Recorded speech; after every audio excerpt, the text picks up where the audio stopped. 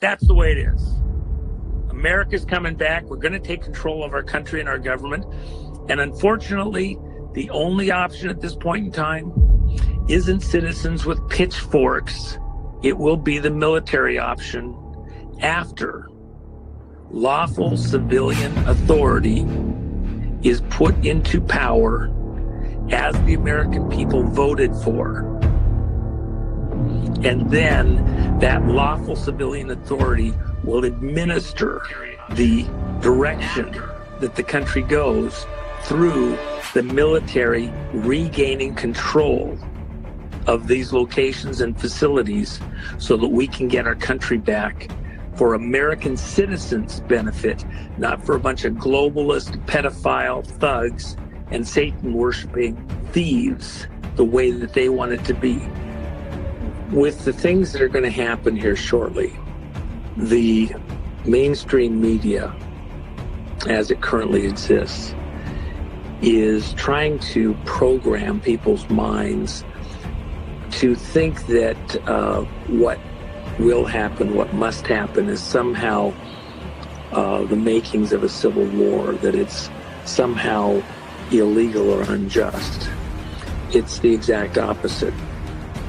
It's not illegal or unjust.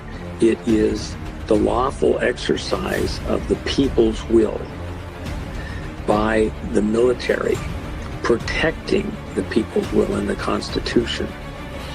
And to the extent that they would twist that, they become irrelevant themselves. They've picked a side, and it's against the American people.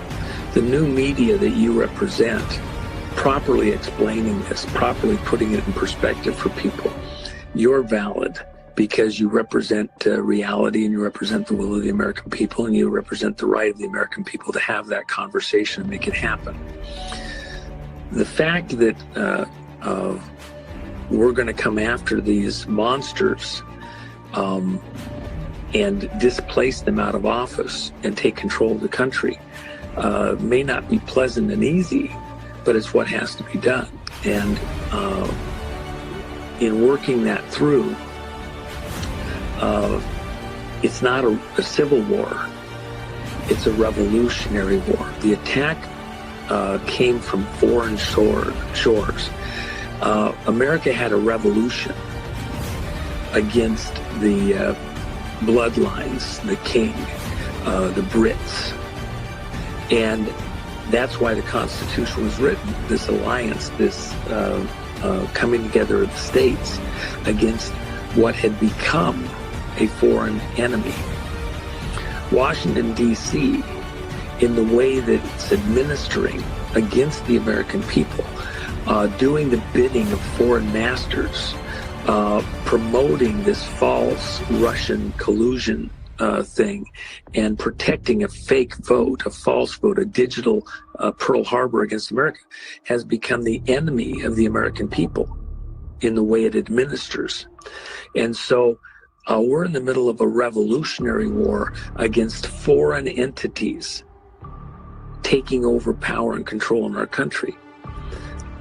That's America coming together against a foreign enemy.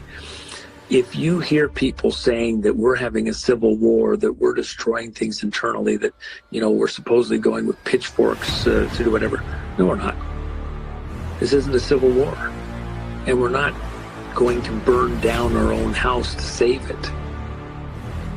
We're going to catch those monsters by the tail, and we're going to throw them and get them. We're going to retake lawful authority of government operations in America, and we're going to do it through a legal, proper means, which is get the executive that we voted for. We're going to take back the White House, and sooner than you think. It's going to be really something special. Back into office. And then that executive that we voted for is going to make the correct decisions to safely bring America back together again and take it away from those who are illegal, who are unlawful, who are not the ones we voted for. And we're not going to burn our own house down. We're not going to tear it apart. Even if we have agent provocateurs that are put into our midst trying to pull it off, we, the American people, will pull them down off the buildings. We'll stop them clubbing the windows out. If they open up the doors to try and invite us to do wrong, we're not going to do it in mass. Hundreds and hundreds of thousands of people were there present at Congress on January 6th and never entered the building unlawfully. A handful that might have to look around with some agent provocateurs that did some mischief. Well, that's a little different story, but we're not going to fall for that. And we see how we're being baited to fall for that. That's not what we're going to do. We're going to support our military, the people that are our fellow citizens in these lawful positions, to go do what they have to do under the lawful authorities' direction as we take our country back. And that's not a civil war. That's a revolutionary war against foreign enemies operating on U.S. soil with treasonous, seditious, traitorous cooperation by some Americans who themselves have shown that they don't deserve the title American.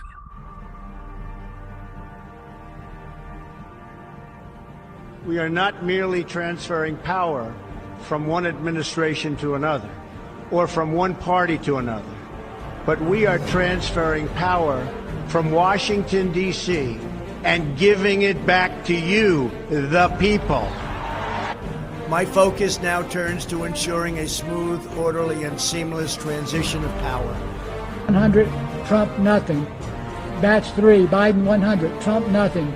Batch 4, Biden 99, Trump 0. These are statistical impossibilities. Everyone would know that. Another group of batches, Biden 100, Trump 0. Biden 100, Trump 0. Biden 150, Trump 0. Biden 200, Trump 0. It was all bullshit. Welcome, everyone, to the Cranker's Pit. Tonight, we are awaiting Juan 107. I just corresponded with him about an hour and 20 minutes ago, and he'll be here. He's been traveling. He just left from Washington, the city of Washington, formerly Washington, D.C., and he is now in Hawaii. So we will await his arrival. He knows we're here waiting for him. I want to introduce our panel. We have Mike Likens, as usual, and Anna Marins from Brazil, and Dylan Monroe, and then Mr. Cool, and that's Rob Cunningham. So I wanted to thank everyone for coming tonight, and I know that Juan's got a lot of things going on, so we're very, very humble to have him this evening, and when he comes on, we'll give him the floor. But I want to talk about this video that we did for the intro. I know that many of us that have been part of this movement, we've been waiting for this time that is coming, and it seems to be coming right now. The real story about the shots, and the election fraud and what COVID well stood for, and many people thought that we were crazy. And I know that through my research, there's 81% of Americans took the first shot. So they fooled 81% of the people. But I just want to go around until Juan comes in. And Mike, why don't you start it off and talk about the Central and the election fraud and what they did. Well, I mean, in preparation for, Juan coming on, I just kept researching and because he's probably one of the first, I'd say,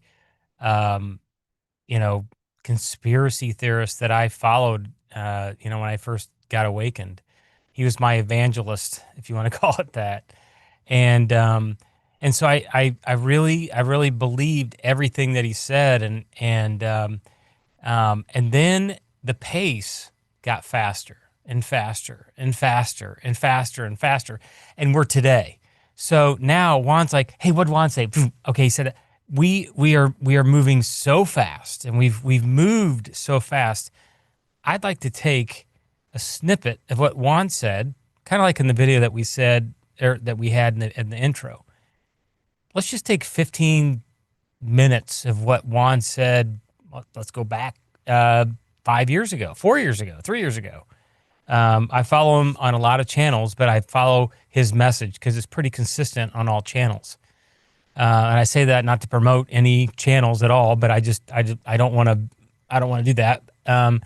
But I think the importance of that is that there's I'm an analogy person, and I liken it to, I grew up on a farm, and my dad would always, when we were eating, if we were eating fried chicken, my dad would basically eat his whole meal off the bones that we had as kids. And so I think that's the same analogy that I would give to what we're going through.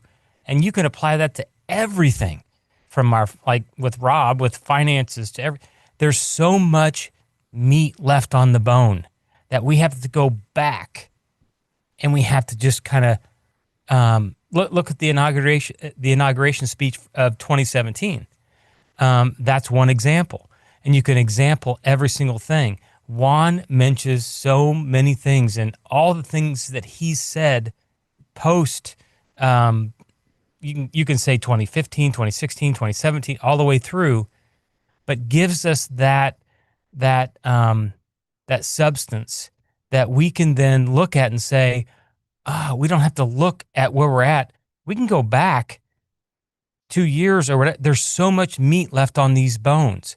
And when we look at all the things that have happened, if you mentioned Patrick Byrne, all the things that he discovered when he went through his ordeal back before Trump's first inauguration, and Obama, and that whole scenario, and Juan can speak through that. But there's so much meat left on the bones, I guess, is my best analogy to start with. And I want to kind of flavor that in any conversation spur of that, because I think there's so much that we all can talk about in that we still have to go back to the heart of that, and still there's so much meat left that we can talk about and really dissect that we forgot, 2 years ago, 5 years ago, or whatever. Thanks, Mike. Dylan, why don't you give us your perspective, please? Well, I'm really looking forward to Juan coming on, if he does come on. But I want to address maybe briefly before he comes on, so we had some haters in the comments on our previous video that Juan was supposed to come on, and he's a controversial figure. He does, go on long tangents and sometimes doesn't directly answer questions. But I just want to remind everyone that this guy is definitely tied in with the White House, definitely tied in with Trump. I told the haters in the comments, I said, why don't you go tell him to his face at Mar-a-Lago that he's a shill? Because you probably can't even get in Mar-a-Lago, but there he is all the time there. And that's actually when, I always found his messages interesting, but it wasn't until a Nino Rodriguez video that Juan was actually at Mar-a-Lago that I was like, oh my God, this guy really is tied in. And it's even been reported in the mainstream media that he's helping significantly, or was helping significantly, with Secretary of State elections in the different states to correct this election system in the United States. And one of the things that I want to ask him about, which I'm not sure if he'll answer, but is, what he does going to all these different countries. He clearly has some kind of a very important diplomatic role on the international stage. He's always traveling to different countries all over the world. And I believe he's somewhat involved in the election systems there, but that's sort of an assumption. I don't think he's ever completely revealed exactly what he's doing in all these different travels. But this is someone who's definitely to be respected. And when I did meet him in person at Reckoning Fest outside of Dallas in Mesquite, Texas, I forget the exact year, maybe 2021. He's just so generous with his time, talking to every person in line for so long. He almost had an ascended master vibe, like a Jesus vibe, because he was doing prayers for people, doing healings on people, giving people advice on where to get healing for illnesses, and just had this whole line of people that were just all wanting to talk to him. And it was a little bit of like celebrity fanfare, but at the same time, like we know that this is someone who is significant. In his past, he's played a role in even bringing down the USSR through their currency devaluation. That was, a scheme from the US that helped bring down that adversary. And so I just think that everyone should be showing him respect, and understand that, we are still in a continuity of government operation that's compartmentalized, that he can't always give the answers that we want, but he has given us so much, like Mike was saying. If you go back and if you've really been listening to him for like 8 years, like I have, he told us so many times in advance that Trump was going to be arrested. He did not tell us in advance that Trump was going to be assassinated or attempted assassination, but so many other things that he's just been told us about months or years in advance, that it's so far in advance that people get impatient and they forget how much of a prediction, or not even a prediction, but like a forewarning he had given us. And so I think even still, we need to take everything he says very seriously. And even just this week, on Nino, there was a big teaser video that I'm sure people in the comments again were a little bit disappointed about, a big teaser that there would be big announcements this week concerning the 2020 election. And we've already had other big announcements this week concerning Trump's position on vaccines, and we're expecting some more public disclosure on some medical issues this week as well. So we've got a lot happening, and it's pretty much all positive from my perspective. So can't wait for him to come on. Thanks, Dylan. Anna, you want to jump in and talk about the intro and your experiences with Juan? Oh, thank you, Qranker. Good evening, guys. Good evening, everyone who is listening to us. Thank you for being here with us, listening to the voice. That's how I refer to Juan. I believe he's the voice of this movement. There's no one that goes uh, goes so deep, and in the same time, he can be so connected to you, make you feel important every time he talks to you, or even through a video. He always tries to bring us to the same ground, to the, like, as he told me once, like, we have to move, we are moving forward, but shoulder to shoulder. No one is going in front of you. And for me, he's the voice. I have for many years his book, and I think it's, as Qranker already mentioned, we mentioned this, and it's a coffee table book that everyone should have, because history in 200 years, this will be something that our generations, the upcoming generations, will see the vision of this man. Yes, and I have mine with Melanita here on the cover, and I respect him. Nowadays, I haven't been listening to him as much as I wanted, because I have you guys, and you guys are outstanding in information, and I have a different pace in my life.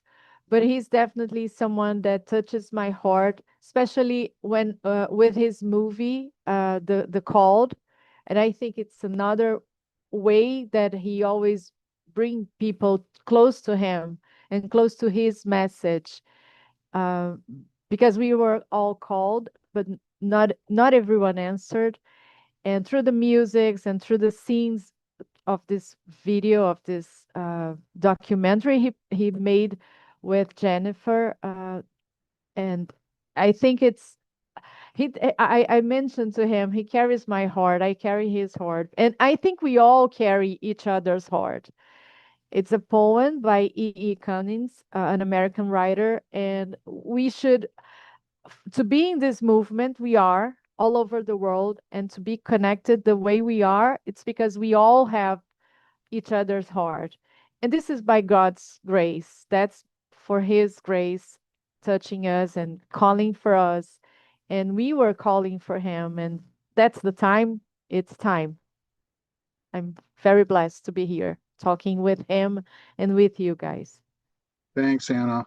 I just got a text from Juan. He says his cell phone coverage is really bad. He'll have better coverage in about 15, 20 minutes, and he'll join us. So just know he's traveling right now and his cell phone service is not good. Rob, can you shine a little light on what we just watched as our intro, and and how this all ties together, we got some time to have a conversation before Juan joins us. Yeah, thank you, Qranker, and hello to everyone. Thank you for being here, and my family as well. It's the interesting stat, Qranker, that you shared, 81% took the first shot, and I'm sure a lot of people regret that percentage. And as time went on and our voices were heard, I don't know if are we at a 50-50 now? Are we at 60-40? Where we are as a nation when it comes to even allowing ourselves to realize that maybe we were had. I mean, there's so much evidence, and it's been 5 years. How many of those 81% are still holding tight to their ideology, and how many have come in our direction? I don't know what that number is. I've got a feeling it's got to be a number of people that have, unfortunately, and as hard as it was, accepted the truth that they were lied to and they were deceived. So I guess what I'd love to see out of tonight, given the video and the context and the complexity of everything that we're talking about, is how do we tabletop all of these issues for the average person to understand and make common sense out of the madness? Okay. What does it mean? What do you mean we're at war? What do you mean it always had to be the military? What do you mean Trump's been commander in chief for 8.5 years? What do you mean it's legal for him to thwart a foreign invasion in our cities with foreign cartels that are selling drugs and killing people? How does that work? I was told X, but now I'm being told Y. Who do I believe? And why hasn't CNN reported it? I mean, we've got our work is cut out for us to be able to have a normal, level-headed, reasoned conversation with people that haven't maybe spent 2 hours trying to figure this out. So that's what I want to do. I want to equip people with a working man's knowledge and common sense understanding of why it had to be this way, how we started the nation, how it got hijacked, how deeply close we came to losing everything, and what our road to recovery is to get us back to a organic constitutional republic. And there was only one way to make that happen. And the average person that socially illiterate, culturally illiterate, historically illiterate, politically illiterate, financially illiterate, they've not really spent a whole lot of time understanding systems and structures and laws and principles. So if they didn't know we were hijacked as a corporate entity by, nefarious bankers and godless freaks, then they didn't know we needed to be rescued. So all of a sudden they're waking up in the middle of a rescue operation and going, why are you upsetting my comfort bubble? I thought everything was just fine. And when we have to start with someone at that level of limited awareness, we've got our work cut out for us. Thanks, Rob. Yeah, many of us, and we're still figuring more and more things out, the layers of evil that have been perpetrated on humanity, not only in America, but all over the world. And we see that today France's government collapsed. And so that's a big, big deal, because you're going to start seeing some of these other countries, their governments are going to collapse too. Well, and Qranker, to that point, didn't we see earlier like 7 or 8 politicians for the Conservative Party in Germany all get killed in one day, die in one day? That doesn't happen. Those are calculated assassinations so the old cartel can try to keep its power structure. This is what they've done for many, many years. And when people learn that there's no government, it's actually a cartel. This is why, as your video that you put together, which was so brilliant, when Melania and Trump came down those stairs, the escalator stairs, if people remember, in 2015, right before the election of 2016, the news media would wait for every tweet that Donald Trump would put out. They would stop everything they're doing to read Donald Trump's tweet until he won the election. Then when he won the election, the tables flipped. And now they don't put any of his tweets out. And now we know that Twitter is now X, and X, I mean, if you're not on X right now, all the generals are on X, all the information's on X. There's a reason why Elon Musk bought X, and that is there's no censorship, and there's so much coming out on X. And I know that General Flynn is just dropping bomb after bomb after bomb, and he's starting to talk about the children. And that's never been talked about before by the generals. And the amount of child trafficking and even the more horrific parts of children that I don't want to get into, when this all becomes public, it ain't going to matter if you're Republican, Democrat, or independent. This is good versus evil. And this war that we're in, that Juan will talk about and he's talked about many, many times, is Washington, D.C. is nothing more than a swamp of evil. And when people find out what's been going on in Washington, D.C. and other parts of the world, you're going to want to stick your head in the toilet and throw up. And that's the truth. So I wanted to bring that up because today there's so many things that have come out, and I've been busy doing some other things, and I was just doing some research here the last hour, and I did some research this morning. And General McInerney, he's putting a bunch of information out. The financial world is totally flipping right now. I mean, taking all the corruption out of the Federal Reserve to the IMF to the IRS to all the central banks, it's all being flipped. And I'd like to talk about that a little bit because the financial market is really changing quickly. And Rob, why don't we start with you on that until Juan gets here? We'll have that conversation. Well, yeah, sure. You know, the simple philosophy is he who has the gold makes the rules. You know, and President Trump has said that himself. He said it to the Pope, right? He said it to the church. The most powerful country in the world from a monetary standpoint has been America since the world reserve currency status in Bretton Woods in 1944. And the problem with that is we were designated the world's reserve currency, but it was counterfeit money. It wasn't sound money. It was a fiat cartel debt instrument that the world collectively called money, and everyone had to use it. And attached to the debt were strings and regulations and affiliations and implied contracts and the U.S. military supremacy and NATO and the United Nations and the World Economic Forum and the World Health Organization and the International Monetary Fund and every damn thing in the world that the issuers of this debt note could entangle all the leaders and all the nations of the world with.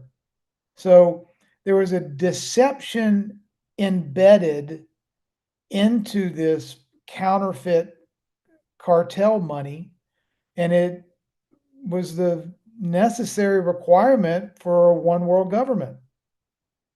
It was the mechanism with which they stitched us all together. They have these people think in 25 and 50 and 100-year time frames. They're in no hurry. They are demonic, they're patient, they're maniacally brilliant, but they're also godless. And they have to do their work in dark and secrecy and in deception. And what does evil do? Evil comes to divide, devour, deceive, and destroy. And those that own the monetary system that have that sort of ethos don't have our best interest in mind. And so what are we seeing today? We're seeing a return to honesty, sound money, one-to-one collateral behind every dollar, digital dollar issued. If we're going to have 200 countries using sound money, then all 200 countries have to operate from the same definition of stablecoin. And a stablecoin means a national government issues a US dollar like an RLUSD, or the European Union wants to issue an RLEUD, or Japan wants to issue an RL yen. There has to be one-to-one collateral behind each one of those dollars put into circulation, each one of the yen put into circulation. So when we go to commerce and trade, I'm not playing with funny money while you're playing with gold-backed currency. We all have to be swapping the same sort of currencies back and forth with each other. Otherwise, it's a rigged system. The playing field's not level. So first things first, we've got to reevaluate what is gold and silver really worth. Why is gold on the balance sheet of America's treasury at $40 an ounce when it's trading at $3,400 or $3,500 today? You know, why is silver at $41 an ounce and you can buy 90 ounces of silver for 1 ounce of gold? That's a ridiculous perversion.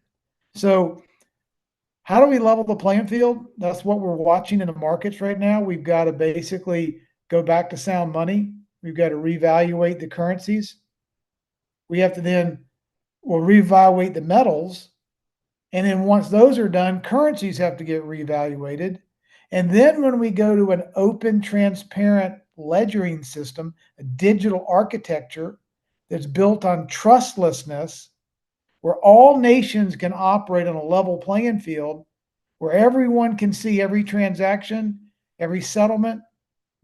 I mean, boom, they can look at the books. There's no trust me, bro. You know, the check's in the mail, my money's good. I'm not paying you with counterfeit script. When there's perfect transparency, then no two nations have to trust one another. You're placing your trust in math, which is a science, which is an inspectable truth, not a, I promise to pay you next Tuesday. I won't, steal or deflate, or I won't go bankrupt. There's no counterparty risk in math, right? There is in whether America pays its debt off, or whether, Thailand goes bankrupt, or China, implodes because of, its real estate market implodes. So what we're doing is we're extracting the poison of this world reserve currency and this fiat Rothschild system that's been superimposed over the world, and we're taking it out of the system. And sometimes detox is painful, and it takes a long time, and it takes a lot of contracts and a lot of renegotiations under the cover of tariffs. It takes a lot of people. You get 200 countries or 209 or 195, however you want to count it.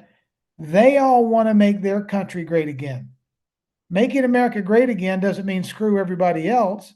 It just means our leaders ought to make decisions based on what's in the best interest of the citizens of America. We want to make Brazil great again. We want to make Japan great again. We want to make Italy great again. Making your country great is like wanting your football team to win. You don't have to hate every other team. You just want to win the game, be the best you that you can be. So with this monetary system where you take cheating and perversion and distortion and debasement and theft and graft and all the corruption of this cartel's money system, you get rid of all of that. Now you have 200 nations around the world that can focus on making their country great again instead of who's screwing who. That's why we have to level the playing field, so we can operate palms up, total trust, total confidence, and then may the best team, best country, best nation win. So that's why we're at the very final stages of the old system dying and the new system being stood up. And I would say that before Christmas of this year, before the end of this year, if you go back to the Q drops talking about what a great Christmas it's going to be, I'm pretty sure they're talking about this Christmas. If I was a betting man. I welcome that with open arms. And we talked about the last show we did with the Federal Reserve. And Dylan, you brought up the Federal Reserve, all the images and how that's all under construction. And we came to the conclusion, and Rob, I think you brought it to light, that that is now going to be the world headquarters for crypto. It would make perfect sense that that is exactly what's taking place. That is going to be a new headquarters with military encryption and deep bunkers and concrete skiffs and all the things that are necessary that you would want to protect a top secret. Look, if you don't have an economic system and a monetary system, then you can't have national defense. So we have to have a significant system of significant financial importance. It's called a SIFI. And that's what our monetary system is going to be. And there's going to be a new agency that's being developed that, if you don't know, we've traditionally had the SEC and the CFTC. There's going to be a new digital asset group commission that's going to be a third that is going to look at the DLTs and the stable coins and NFTs and custody and everything having to do with the new digital architecture. And that will be their primary focus of concern. Things that are not securities but are tokens. Who regulates those? Right now, there's been a turf war between an old SEC and an old CFTC, but neither one of them have been designed and envisioned for the purposes of a distributed ledger technology blockchain architecture. So this new third agency is going to emerge and take responsibility for regulation over the new digital ecosystem. And that's on the horizon. Thanks, Rob. Dylan, you want to add anything? I'll let Anna go, has her hand up right now. So, Well, I just want to make a quick example of because lots of people say, "Oh, what is the proof? What do you have to show me the changing that it's coming and everything?" And it's boring and it's tiring to explain people because they are not paying attention. And today, while I was cooking, I was talking to my sister, very like random conversation, and we talked. I came from the financial market, and then I jumped into the jewelry industry, which is completely run by the fiat system, the head people of this system that we are all talking about now, the fiat system. And it might sound naive and it might sound girlish, but girls, pay attention. We are the main force in the house, and you guys know that. And we noticed that in the last 10 years here in Brazil, the major jewelry companies, they all started to bring pieces of silver to their collections. We immediately, as customers or as interested on beauty and accessories, we were, oh my God, so the system, the corruption is so good, so great, and it's affecting everyone. So they are trying to bring a new product, less expensive, not as expensive as gold. But no, today we had this woo moment, like we saw, my God, we saw they were already introducing to us in a in a in a in a s- in a way that maybe the women of the house, the girls in the house that follows, because here in Brazil it's not very common to have silver, to have you buy gold in jewelries and gems and precious gems here from Brazil, but not silver. silver is antique. It's something that you inherit. You don't care. But now every major jewelry retailer have a line of silver, and that brings it's a slap in the face. You guys, pay attention. We are heading this way. Okay, it's gold, but it's also silver. Am I saying something that makes? I believe it makes all sense, Oh yeah. No, right? it makes perfect sense. Because Yeah, the women will have this light. No, we should pay attention. Maybe there's something here. That's the proof. That's the proof. And of course, by upgrading in the knowledge that you guys bring to us and Juan brings to us, and now Rob and Qranker and everyone is talking about the digital assets. Guys, they were playing with us. These fiat people, they knew what was coming. They knew. And they were already setting the lines for silver. And they're profiting out of that. So, is there any other proof? I had it cooking my stroganoff, my beef stroganoff this morning.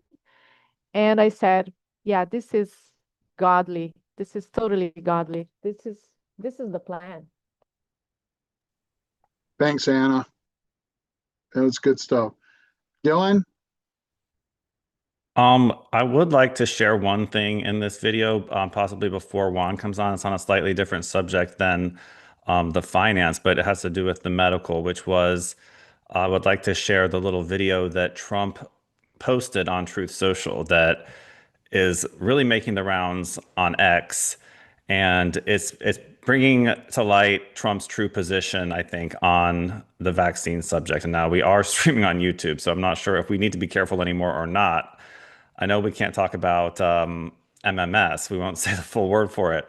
But let's play this short little clip, and maybe we can have a little conversation about it after. There's only 2 minutes long. So here.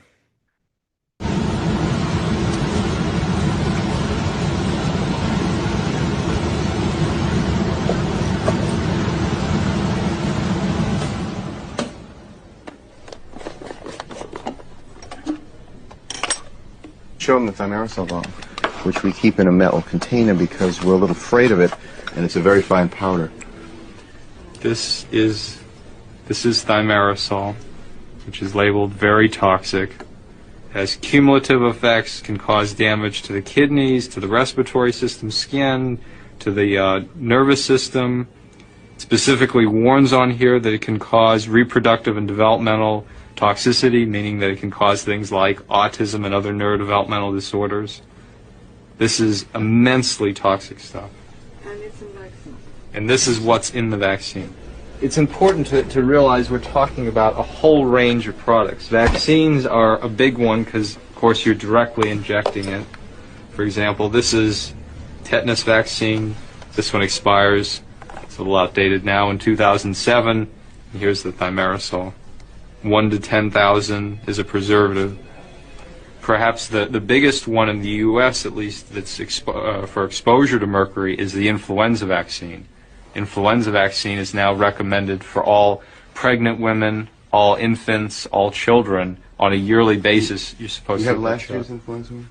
Understand that thimerosal is not added at the end. It's not like, well, that factory next year can make thimerosal free. Thimerosal, you either have to have a thimerosal free factory or you have to not have one. They add thimerosal at each step because the factory is not clean and not sterile. So you either have to have an expensive sterile factory where you don't need thimerosal, or you have to have one that produces thimerosal. It's going to need thimerosal or something the whole time. It needs to be stopped. This is the influenza vaccine from Adventist Pasteur, their flu zone. Thimerosal, 25 micrograms of mercury per dose. I'd like to point out that a lot of people didn't know, and I'm one of them. I've given 2,000 RhoGAM shots. I've been in vaccines for 35 years. I didn't know that RhoGAM had thimerosal in it. So I think a lot of the doctors were unaware. They were unaware that even the word thimerosal meant mercury.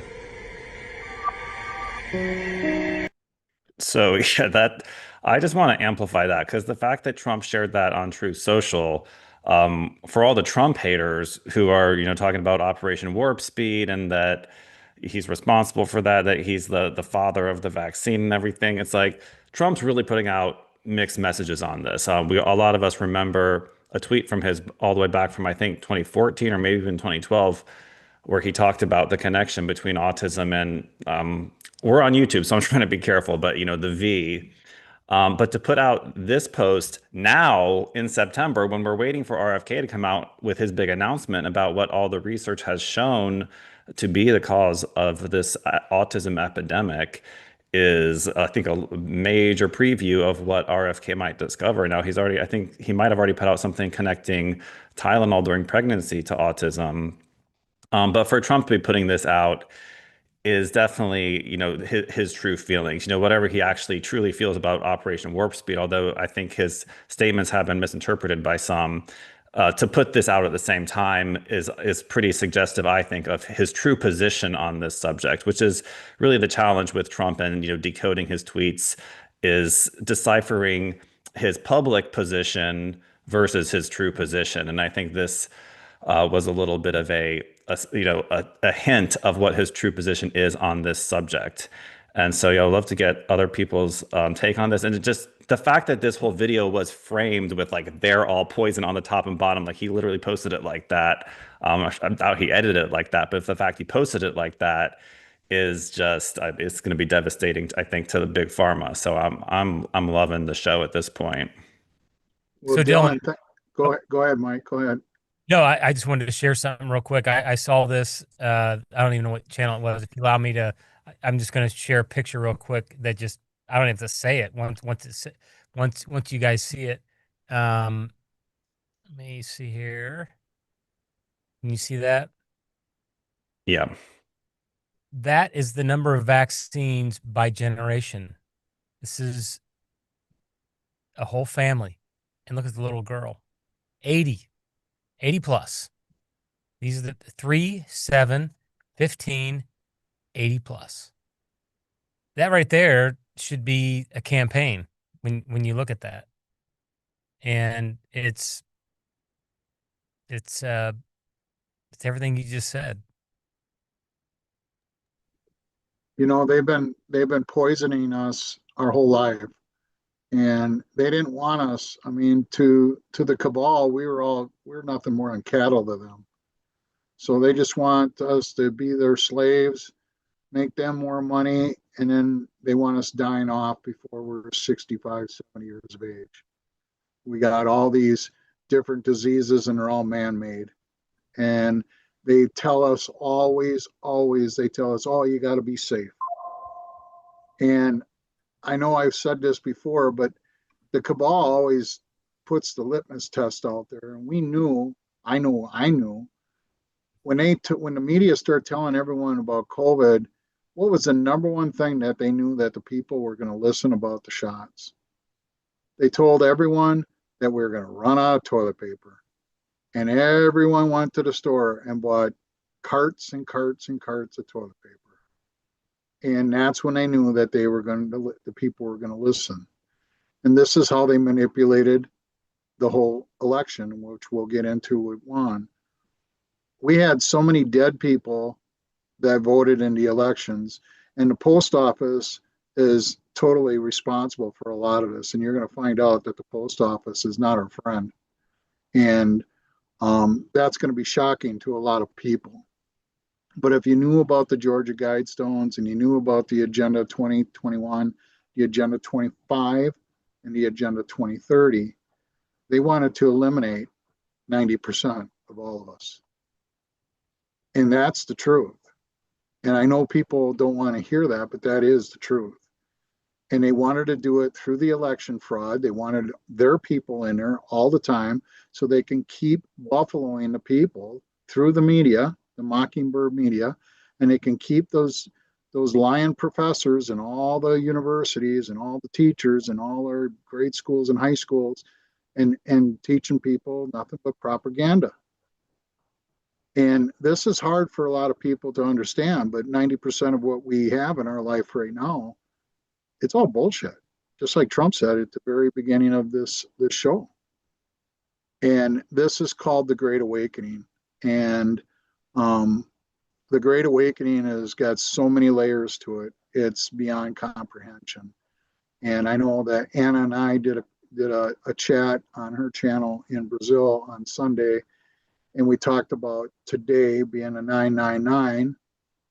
And a lot of people don't even know a lot of our spiritual dates. They don't know anything about the blood moon. And, you know, today is a great day for a reset, and it's a reset of your life, letting go of all those things that have happened in your past that we're not proud of, all the traumas that you've ever been through, whether your grandfather, your fathers, or whatever, and letting it go, just letting it all go. God is creating a brand new reset, and it's for we the people. It's all for His children. And this reset is happening, and we're going to eliminate all this evil off this earth, and we're going into the golden ages. So it's real important to understand that this blood moon is a very special time that we're living in right now. So does anyone want to add to that? And 999 comes to the number of when they seal the silver is 999, pure silver, 999. Triple nines, we have 3 times 9, 27. We have, what is 27? 9. You're supposed to come up with that, Anna. But that's I will- brilliant that you came I'll up with be the very 999. gematria girl here, but yes, gematria goes to 27, comes to JFK. Wow. Wow. 999.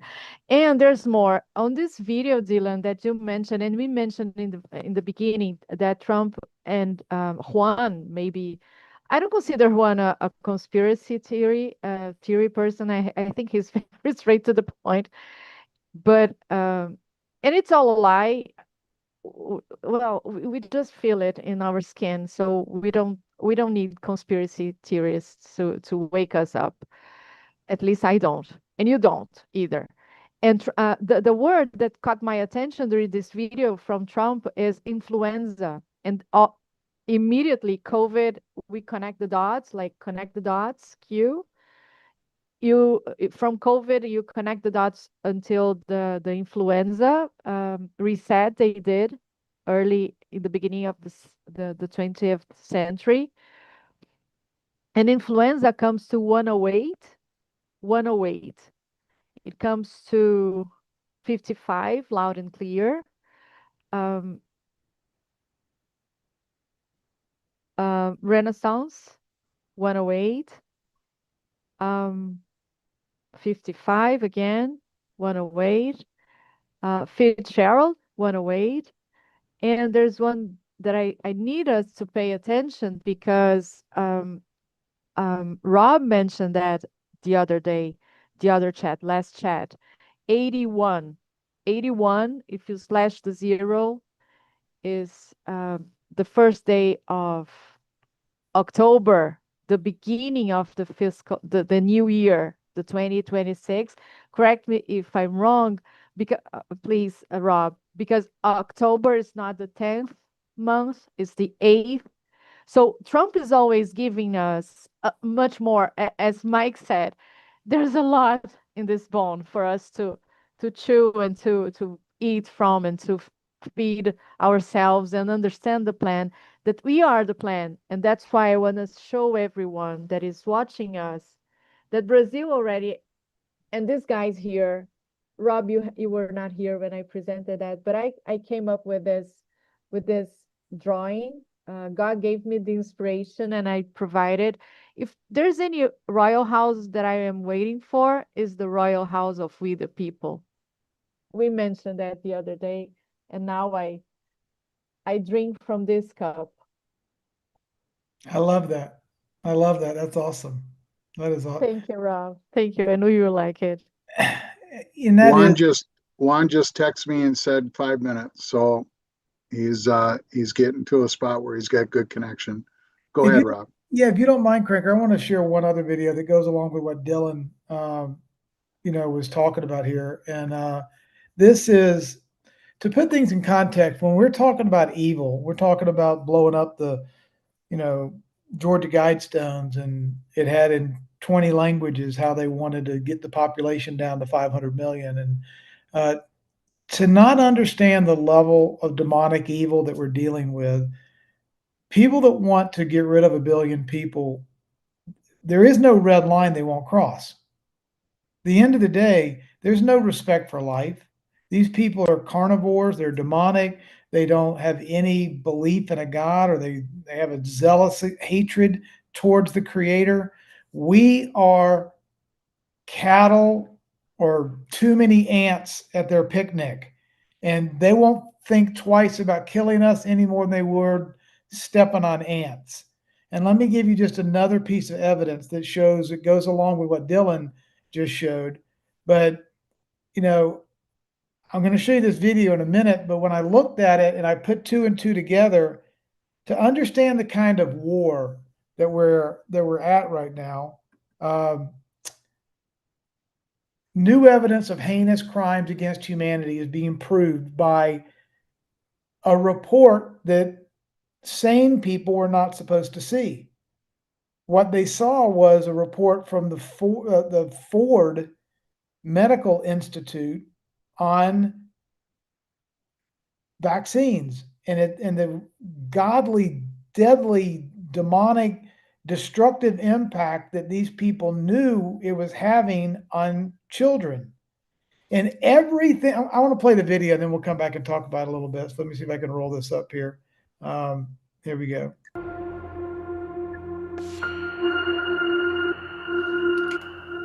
Impact of childhood vaccination on short and long-term chronic health outcomes in children, a birth cohort study.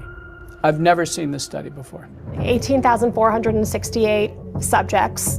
Henry Ford, like other institutions, has a bias towards the goodness of vaccines. If the results came back demonstrating that the battery of vaccines was associated with chronic diseases, such a result would be particularly convincing. This could be essentially one of the most valuable studies in the field.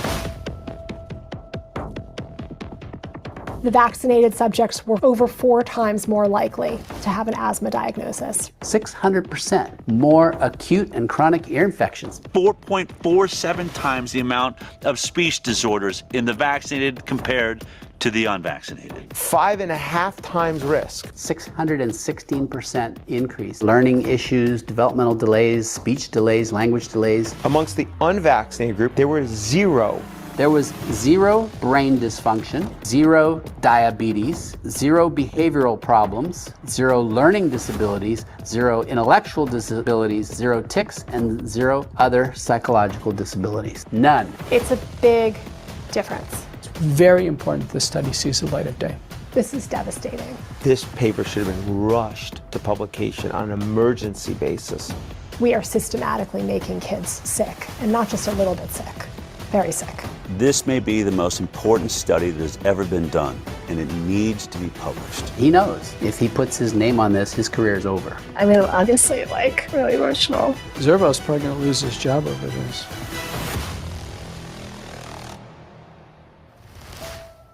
This is an inconvenient study for the entire vaccine agenda. Now, what kind of people that care nothing about science, only about money, and don't mind destroying the lives of families and children their entire lives, having that kind of information and not giving 2 damns about stopping, sharing the information, saving children, ruining their lives, from a health standpoint, from a scholastic standpoint, from a financial standpoint, the chaos that's brought into these families because these freaks want to sell medicine and pump poisons in the body of innocent children. When you put these things together and this truth comes out, now you start looking at things like Executive Order 13818. You start looking at crimes against humanity. You start looking at things that people, a warring faction that is external to the Constitution of the United States, that are not sovereign citizens, are here hijacking our country, hijacking our treasury through their fake monetary system that's run by the Federal Reserve, running these pharmakia witch doctors, targeting and killing our kids, having young kids today have to have 80 vaccines instead of 4, all for the love of money? How do you get rid of a demonic evil like that unless you use the military? We're going to put them in timeout? We're going to go through their court system to get rid of their pharmakia specialist? Zero chance in hell. We're going to extricate these demonic hijackers that are here to divide, devour, deceive, and destroy each and every one of us just as calmly as they'd chew a piece of bubble gum. They don't give two damns about us. There is no other way to get rid of an enemy that cares not a whit about our lives than through the greatest minds that ever lived that have a God-centered focus in a military operation. You're not going to vote them out. They own the voting system. You're just not going to get rid of this demonic evil unless you have the greatest military capacity on earth. And for the average person that can't understand that, I'm sorry, I can't help you. It's a good versus evil war that we're in, and evil exists in this world at a scale you've never allowed yourself to believe. That's not our problem. That's your problem. The fact that you don't believe it doesn't change the reality that a demonic evil lurks this world to destroy us.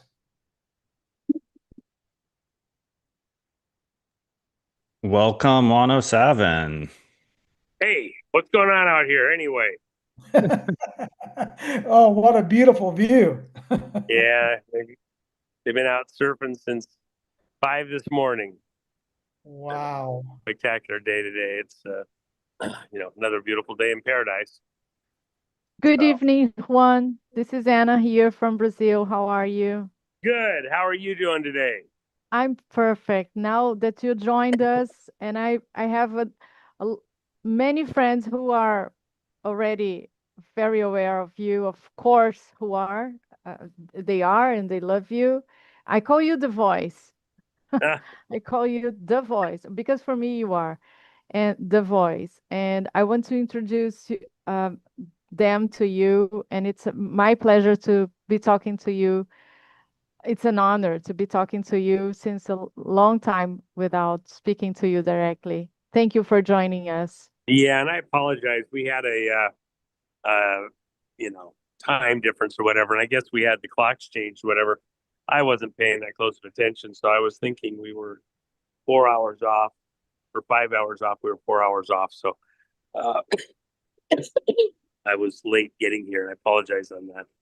Oh, that's no problem. Thank you. We would wait for you. No problem. Thank you.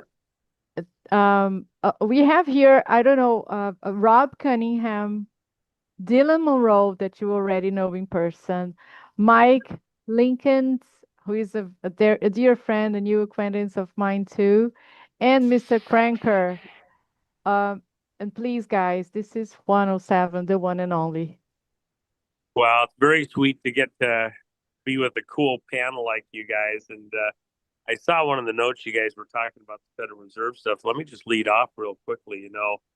Over the weekend, President Trump called the Federal Reserve likely a criminal organization. That's a very, very, very strong terminology to apply to a federal agency. But most people aren't aware. They don't understand. No, Federal Reserve is a private banking institution. They are no more federal than Federal Express. They manage the printing and the interest rates for our money supply, and they do it from federal office locations. That's one of the things that Trump has been making clear, that we're not going to pay for that as a people anymore, and he's starting to put the screws to the whole Federal Reserve operation. Last week, even though I've been aware of something for over 10 years now, last week I decided to begin discussing a problem that is very, very, very serious that the Federal Reserve has been involved in. And that is the printing of money, vast, vast, vast quantities of money that have been parked all over the world, pallets of cash. The cash has, for the most part, not been distributed. It's controlled with devices that would melt them down, burn them down, if you tried to open them up without the proper security features being engaged. And so you may remember, for example, there was two $100 million pallets of cash that were discovered by people looting offices in Syria as Syria fell and as Assad was fleeing the country to Russia. And so they tried to open those pallets of cash, and to their dismay, as they begin to take the plastic off of it and pull it apart, they just burned down, melted down right before their eyes. $200 million gone because they didn't have the right procedures to do it. So they stopped and preserved those pallets. The remainder of them, they're looking for a way to cash those in. But let me tell you about a particular couple of incidents, one that many people in this audience may already be aware of. And that was when an aircraft arrived in Tehran, Iran, on the tarmac, and was famously photographed with hundreds of dollars of pallets of cash in the aircraft that were being deposited with the Iranians during the Obama administration, tail end of the Obama administration. It was very upsetting, very disturbing that this money was going to Iran, who at the same time was doing all sorts of terroristic activities against America around the world. In that case, as a few, tens of millions or tens of billions of dollars that went to the administration there. Let me tell you about something else that happened at the same time. See, Federal Reserve has been printing up, authorizing to print up, and did this under the Bush administration, Bush 2, and under the Obama administration.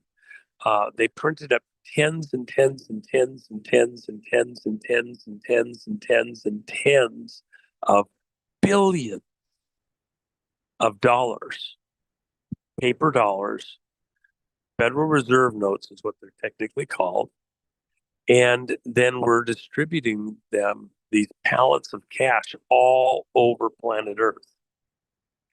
Now, they weren't actually getting broken up and handed out generally, but they were being parked in these places. Afghanistan, Ghana, some stuff ended up in several Mideastern countries, Vietnam, Thailand, and places across South America. And there is a very, very, very, I will not disclose it today, but a very strong tie to Brazil and what happened here that will shock people.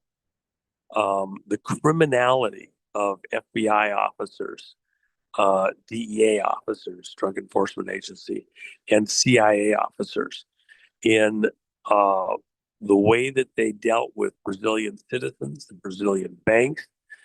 Remember, my history is that I was one of the key people at the end. Started out kind of as the riffraff, but ended up in a key position in taking down the Russian ruble, which was the last step in taking down the Soviet Union. And so I have a little bit of understanding of what happens with currencies. And you can't undermine a currency or take it down just in the bank ledgers, in the digital currency transactions inside the banks and the reserve system and things like that, even internationally. The banks would stop it. The stop gaps are easily in place. But when you have cash and it's being traded around at the street level, it's out of control. It's out of control of the government even. A black market can be created, and then the value of that cash can float. And if there's too much of it, it's too available, if there's any issue, uh, uh, you know, even if you associated some kind of a disease with the cash, made it a pariah to handle it, things like that, all of a sudden its value can go down dramatically. When we started sifting Russian rubles back into the Russian economy at the end of Glasnost, at the beginning of the first Bush administration and the tail end of Reagan, the ruble was traded on the black market 40 rubles to $1. By the time we were done, in just a matter of months, it had gone to 200 rubles to $1. And that's when Gorbachev picked up the phone and called President Bush and asked for some assistance. And President Bush said, well, I see the wall's still up. Reagan said, tear down that wall. And so Gorbachev, within 4 hours, called, had the guards removed from the towers, and a short while later, the wall came tumbling down. So with that in mind,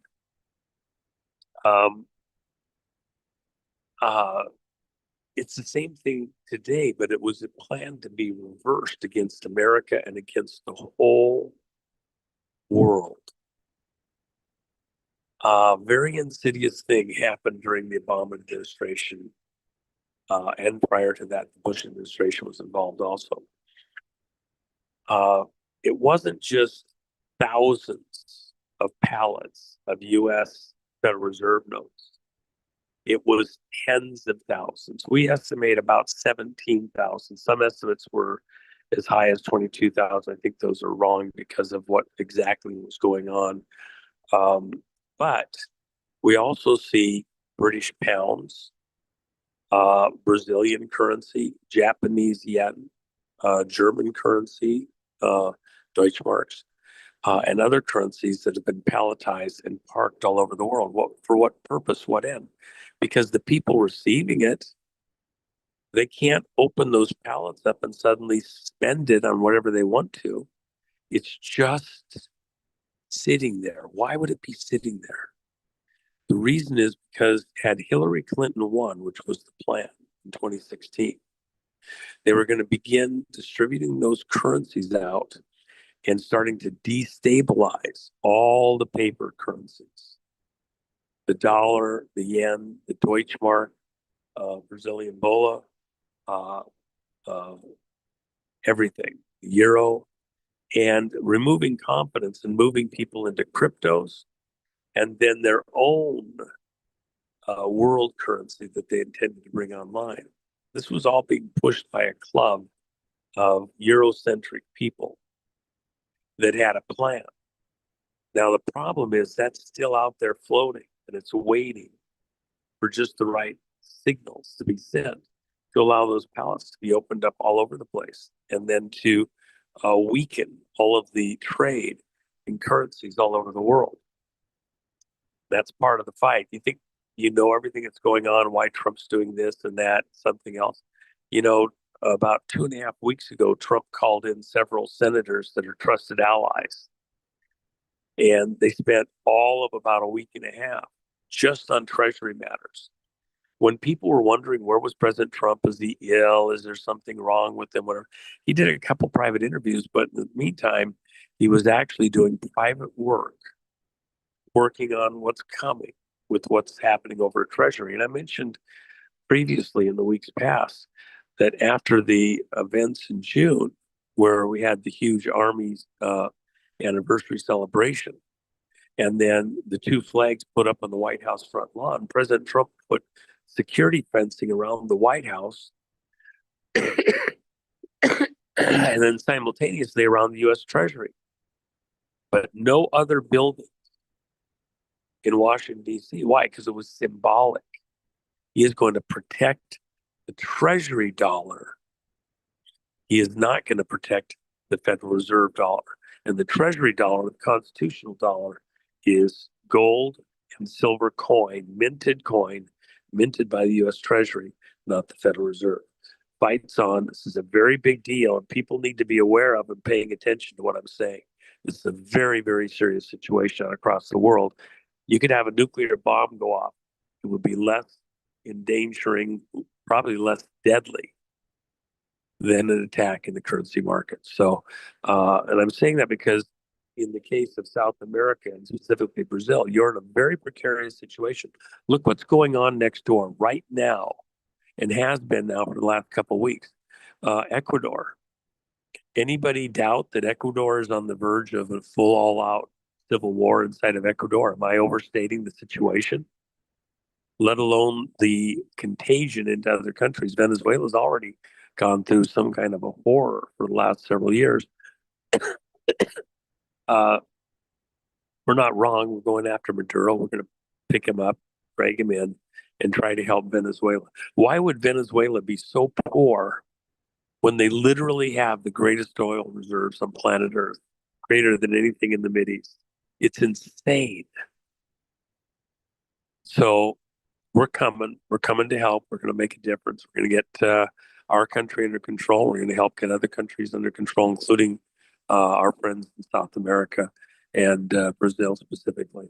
So anyway, I hope that helps you guys in some of your conversations. Thanks, Juan. Yeah, that helps a lot. Sounds like you got a bit of a bug. Well, I've been fighting. I went over to Johannesburg in South Africa the other day, and I had a little bit maybe of a cold prior to that, but just barely there. But we were out by some of these huge camps. I was with a doctor friend of mine who helps treat people. He does it for next to nothing. That don't have any other health care. And so we went out to areas where these people live, and they're burning just everything. The smoke was just unbelievable. And we went through one spot that was extremely acrid. And afterwards, we both felt like we had been burned in our sinuses and our lungs, and something that was extra, extra toxic.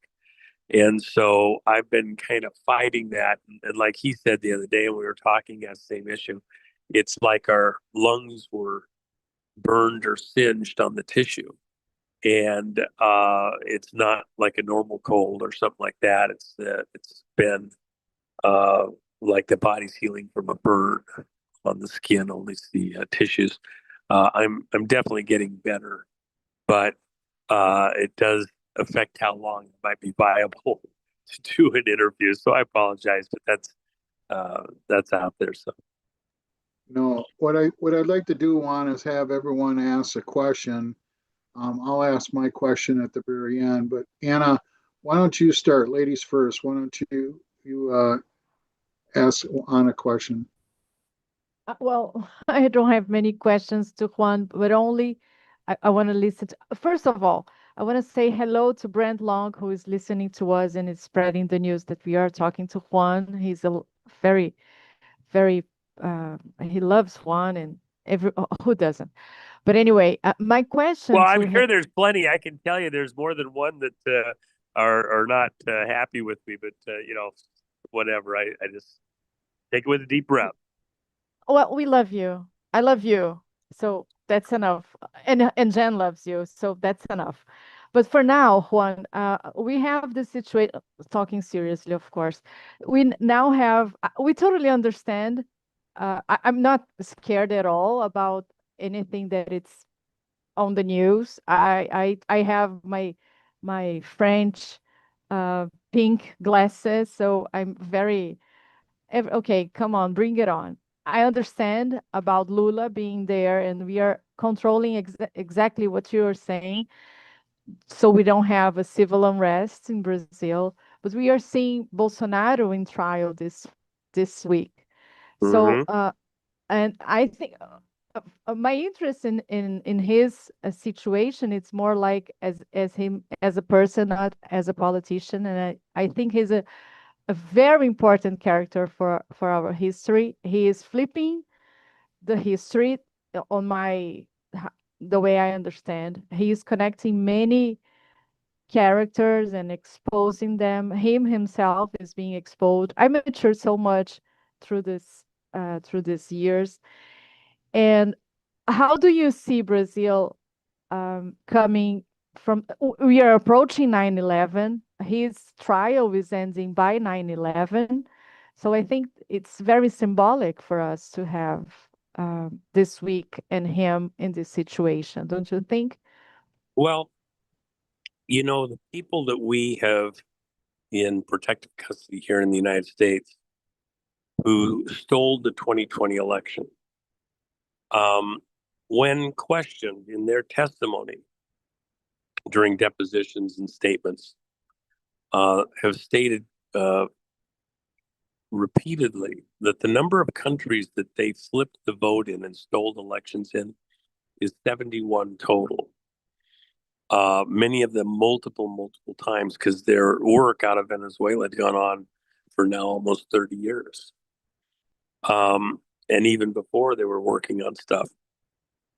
Brazil has always been one of the key locations that they controlled the leadership in, plus the narco money. I'll remind some of the Brazilians present here in the audience. Back in the early 80s, as Reagan came into office, we went to war with the drug people that were moving drugs into America. And it's too long of a short story for today. My voice would go first, but American intelligence created the 6 cartels and then reduced it down to 5, centralizing the drug trade to Colombia. And the only thing you could get out of other locations was paste, coca paste. And we created a market for that, and then they allowed it to go to Colombian cartel leaders. And the idea was we could seize half of the chemicals twice a year, anywhere that we found it in Colombia. It's a long story. I've said it before. I've told the story before, but the only place that we didn't include in what we were doing initially was Brazil. Out in the jungle there in central Brazil, there was a huge drug lab operation. They had 200 aircraft, all different sizes, pilots, crews. They had 3 main labs producing cocaine, and the paste was being imported by trucks and cars and aircraft from all over South America to make the finished paste. It was so big, it was impossible for Brazil or anybody else to go after the people running this operation, and many government officials were involved in this. And so, without announcing anything to the world, because it was a threat to the whole world with this cocaine, President Reagan authorized a military assault on that jungle lab. And Special Forces Ranger detail out of Fort Lewis, Washington, which at that time, I think they'd just changed the name to Fort Lewis McChord, Air Force Base, Joint Base Lewis McChord, I think is what they call it, right in that era. But they flew him down, Special Operations Project. They dealt with one other operation out of Honduras, and they dealt with the situation in Brazil. And they seized all those aircraft. They seized an unbelievable amount of cocaine and money. And then there was private negotiations with the people in power in Brazil at the time to correct and stop a lot of that mischief that was going on. And if you recall, everybody in this audience probably remembers, either directly because they lived through it or because their family, their parents have talked about it. But the hyperinflation that Brazil went through literally for a decade. And so you understand it a little bit more completely when the government was just printing money like crazy and promising to the moon. In many ways, that directly tied back into the corruption within the Brazilian government and into other nearby governments, including the drug trade, the money laundering, and things like that. Brazil has tremendous petroleum reserves, and yet, they have to go burn their forests down for the alcohol to add to the fuels. It actually doesn't make sense if you game it out. You lay it out on the cost and the return. The biofuel to burn down the rainforest. Are you out of your minds? This is politicians listening to a bunch of nitwits out of Central Europe and Eastern or Western Europe who are completely out of their minds. I'll give you an example. Germany. Germany is in a dire situation. They had just built the most modern, the most advanced nuclear power plant on the planet. Finished it up about 6 years ago, ran it for 18 months, and then out of pressure out of London, the city of London, this whole green thing, they shut down the greenest energy project on the planet, the most advanced, safest, everything, dismantled it and put it on a dock up in Norway. A friend of mine bought it and took it down to Egypt, and they're reinstalling it down there. Excuse me, hold on a second. They went to wind and solar.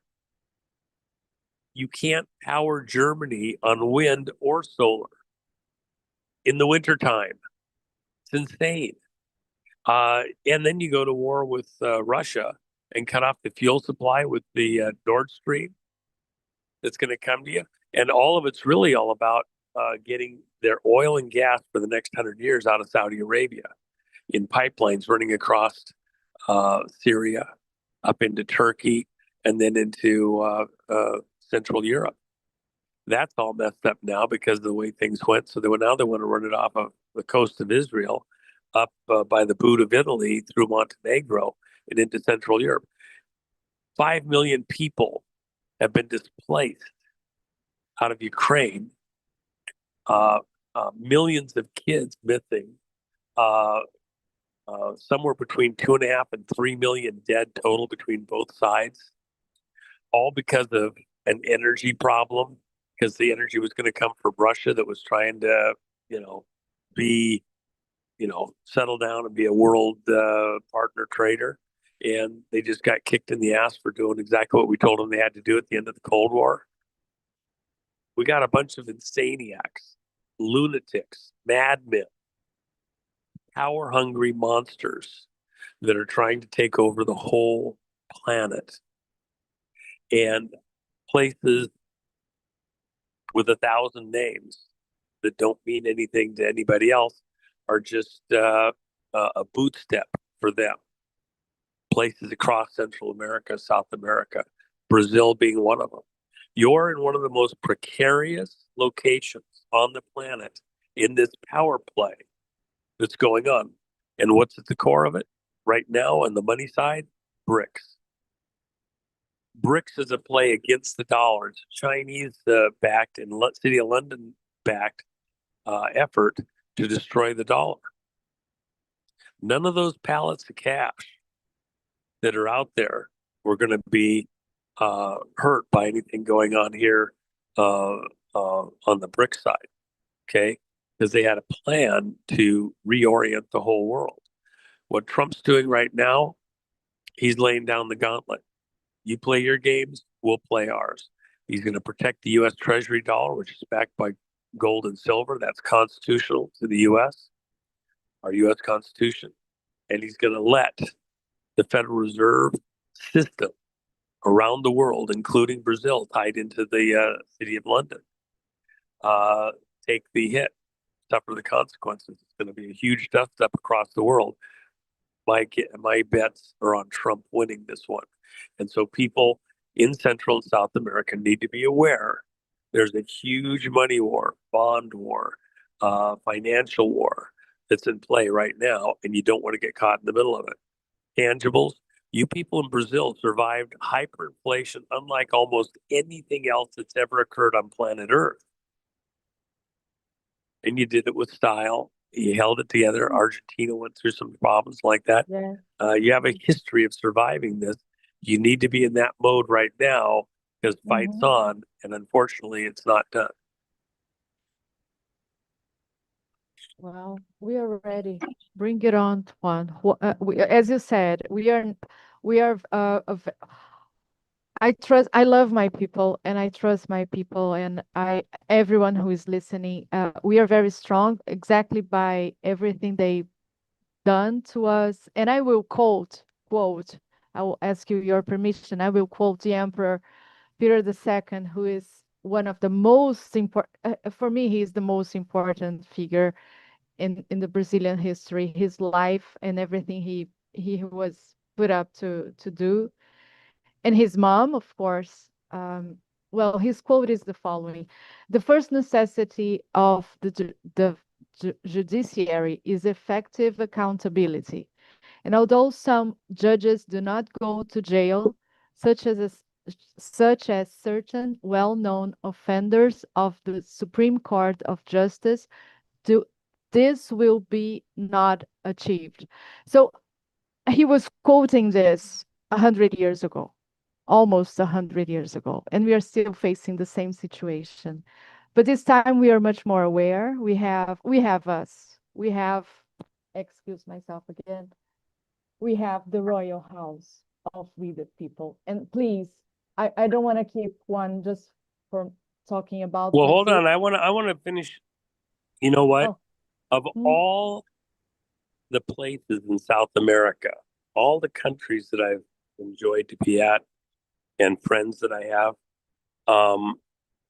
some of the most moral and strongest, even from a God-centered, religious, moral standpoint, people out of Brazil, because several of the countries there in the area, some of the greatest corruption opportunities to make gain through graft and on the back of your fellow citizens happens in Brazil. So you have to have something different in your soul, in your character, in your being, to stand up against that when everybody else is taking the payoff, the bait, accepts the crookedness in the courts, etc. Some of the people that I think are my greatest heroes are people that were well established in the Brazilian system, doing very difficult things in a very difficult situation. I have one right now that I'm dealing with this instant that I can't talk about for the moment, but literally lost $1 billion because he took a moral stand about 5 years ago, and on behalf of Brazil, and a significant hit to his wealth, his family's wealth, because he wouldn't do the wrong thing. There's a scripture in Revelations, I believe it's Revelations 2, chapter 2, verse 2, I think it is. And it is, "I know your works," talking to the seven churches, lampstands, this end time period. And it's this picture of Christ walking in between the lampstands of the churches. And he says, it should make your knees knock if you're on the wrong side of this, to know God says, "I know your works." He knows everything that's going on. If you're out there and you're on the right side of good and justice uh, trying to do the right thing to the best of your ability, looking for divine assistance to hold a line and do whatever. God knows your work, and He's right there with you. If you're on the wrong side of justice, if you're participating in and condoning evil, if you're a wicked judge who's taking payoffs, uh, same words. I know your work. I know exactly who you are. That should strike some fear in people. We're at a turning point in history, and all of these things, you have what we call a normalcy bias, where because it's always gone a certain way, it's always been a certain way, it's always going to be that way because that's what's been going on, it's what's going to keep going on. Uh, uh, with President Trump and the people behind him, that is now being turned on its ear. Trump says he was invited to run for president. Who invited him? He's told you that also. 200 generals. It's a lot bigger than just Trump. And they're in the background. You don't hear about them, but they're working together to recapture control of the helm of the ship of state of America. And as we get America back under control from these hijackers, these pirates that have stolen control of our ship of state, then it's our full intent with a fervor to go and help our friends who likewise have been hijacked. One of whom was Brazil, just like Reagan, early on in his administration, right out of the chute, sent those Rangers down to stop the drug trade there in the Amazon forest and to shut that whole operation down that was massive. And it helped the Brazilian politicians that were good guys to get this under control. We're going to be doing that in other places. Look at what he's doing right next door there with Venezuela. They're not going to be able to export their terror, their corruption, their parasitic life into the rest of South America. Maduro's on the run. He's hiding out. He's hiding low. They think they can fly a couple aircraft past one of our cruisers off the coast and threaten us. Try that again. You only got one time with that. And other corrupt leaders in other countries in South America and across the world are going to feel our pain also. The next one on the list is Ramaphosa out of South Africa, who was getting drugs that China was moving on Chinese ships from Venezuela, coming over to the coast of South Africa, and then exchanging drugs for very expensive exotic foods, abalone and other things, which they were taking back to China and selling at great cost. They had been facilitating this breakdown in South Africa. You're going to see all of that being challenged. They're not going to get away with it freely like they have been, including the chaos that Venezuela would like to export to other countries. That's why you're seeing what's going on in Ecuador right now. And the vote fraud in Brazil. You think we don't know about that? Of course we know about that. We're coming. As we expose exactly what happened in the vote fraud in America, we will also be exposing exactly what happened in the vote fraud in Brazil. The people that got into office are not the people that the electorate, the Brazilian citizens, actually were voting for to go into office. These were people that were selected to be put in office, not people that were elected to be put in office by the people. And Brazil, just like America, needs to be a place that's of the people, by the people, for the people. We're coming. We're going to help you out, not to be our brother's keeper, but to be our brother's brother right there in Brazil. We appreciate you. You know, we're all in the Americas together. We're going to come help you.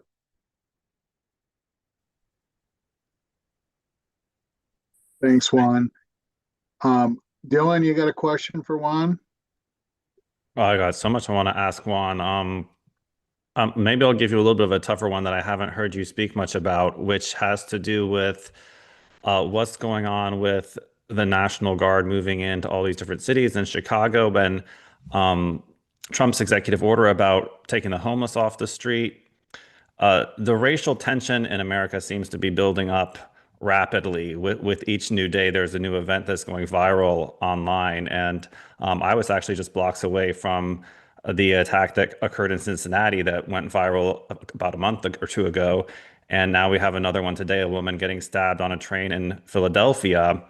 And it seems that Nick Fuentes is going more and more viral with his rather extreme positions on these subjects. And so I'm kind of wondering, I've been doing a lot of research into this and even trying to think of what I would think the solution should be myself. You know, I've never been in a position to necessarily affect that change, but now Trump really is. And it seems that he is doing things that are going to have a big change in America in terms of poverty versus wealth and racial dynamics. And so I'm wondering, in Trump's one of his most historic press conferences, I would say, ever, when he announced that he was federalizing DC, he made the rather controversial statement that we're going to get rid of the slums.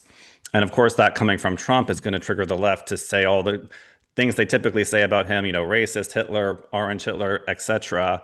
But this isn't the first time it's been done. You know, I've been looking into the past and looking into programs like Hope 6 when many of the worst projects were actually demolished already. And so we're kind of in phase 2 of this. And Trump has proposed some things like limits on welfare. And now with the National Guard going into Chicago, we're seeing even Chicago gangs talking about like open war with these federal forces, which is not going to go well, as we all know. But could you tell us anything about what is Trump's longer term plan, maybe that has been discussed less, about what to do about this systemic poverty and the projects which seem to be only getting worse in a lot of cases and not getting better in America? Well, I mean, the war on poverty. America's put, $100 trillion into the war on poverty. Did we win? No. It's not a money issue. It's a moral issue. You have to challenge people to, be productive, to get in and play their part. And if they, if you think you're going to just buy people out of poverty, it really doesn't work that way. Poor people have poor ways. Okay. Now, we've had a society that's been screwed up for the last many, many, many decades. And by degrees have destroyed people. I'll give you an example right now. Because of the actions of people within the farm operations in certain parts of the country, especially Arkansas, there's a big discussion going on in the country right now. About a quarter to a third of the farmers in the state of Arkansas are on the literally brink of bankruptcy within the next few months. They got hit by several bad things, bad weather, some crop prices being driven down for various reasons due to high production in other places. And here's family farms that have been in the same family for 5 and 6 generations.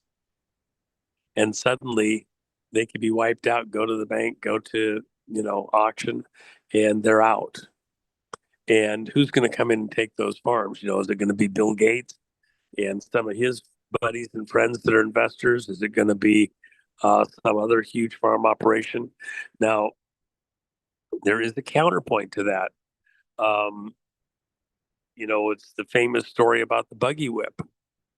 Are we going to, feel bad for the buggy whip makers?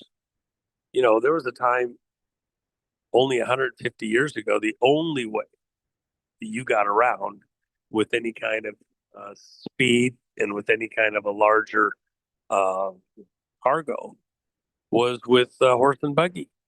Even though trains were there, you didn't run a railroad track to every farm in the country. And then as the first cars came online at the turn of the last century, it was steady, but it was slow still. And their dependability, their utility was marginal.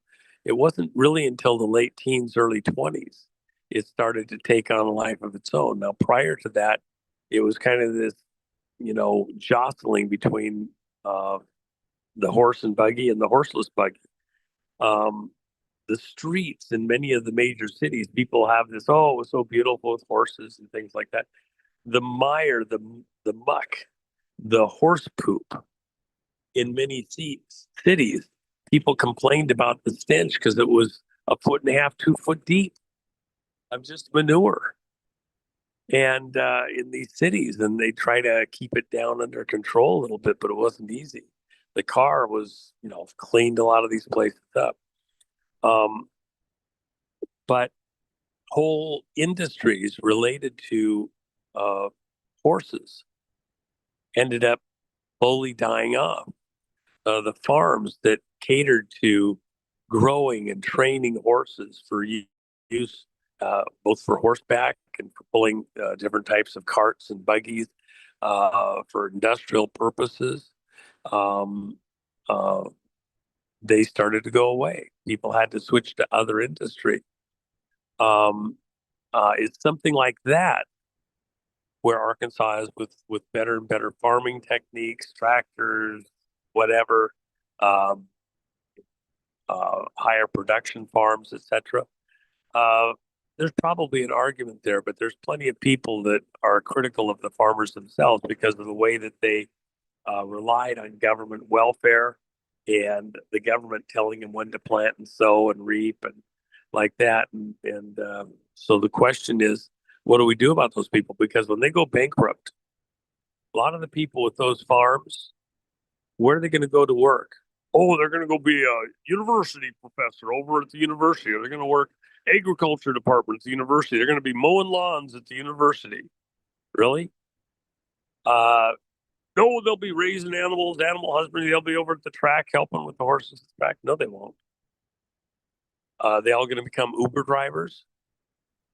What's going to happen with those people in Arkansas? It's a very, very, very serious situation where you could cause a large portion of the state to go into some kind of mass poverty. We had something similar years ago when it was decided that because of the spotted owl, we could no longer do the forest and the logging that we've been doing for a couple hundred years here in the United States. And whole huge sections of forest were cut off from logging. And we're going to have to go to other materials than wood. It's a renewable resource. It grows over time. It's wood. It's an agricultural crop that has a 50-year growth cycle instead of a 1 year or 2 year growth cycle. It's just another crop. We plant more trees than we take out, and have been for a long time. But somebody got it in their mind that we could, it's carbon. When you use the trees, you're putting carbon into the atmosphere and all sorts of bullshit. And so it's a threat to the planet. So we put hundreds and hundreds of thousands of people in the logging industry out of a job. Truck drivers, sawmill workers, people that going out and actually maintain the forests, maintain the trees. Just put them all out of work. Cut the workload or the workforce there by like half. There's plenty of people in this audience probably remember the horrors of that time. And then the people having go out and go to a school to learn how to be a computer technician, learn how to do coding or whatever. The older folks, it never clicked. They went into a form of poverty and ended their lives barely able to get by. A lot of them living off their kids. And the next generation had to pick up the ball. So there's real danger in what's coming and this reorienting the world. Brazil is in a very, very similar situation. At some point, you won't be able to burn off more forest and jungle. Hopefully, smarter minds come in before it's too late. Stop that slow that down, stop it. But the rest of South America is in a similar situation. You have all the resources in the world. You have the mining wealth. You have 1,000 ways that people in Brazil can do just fine. And yet, I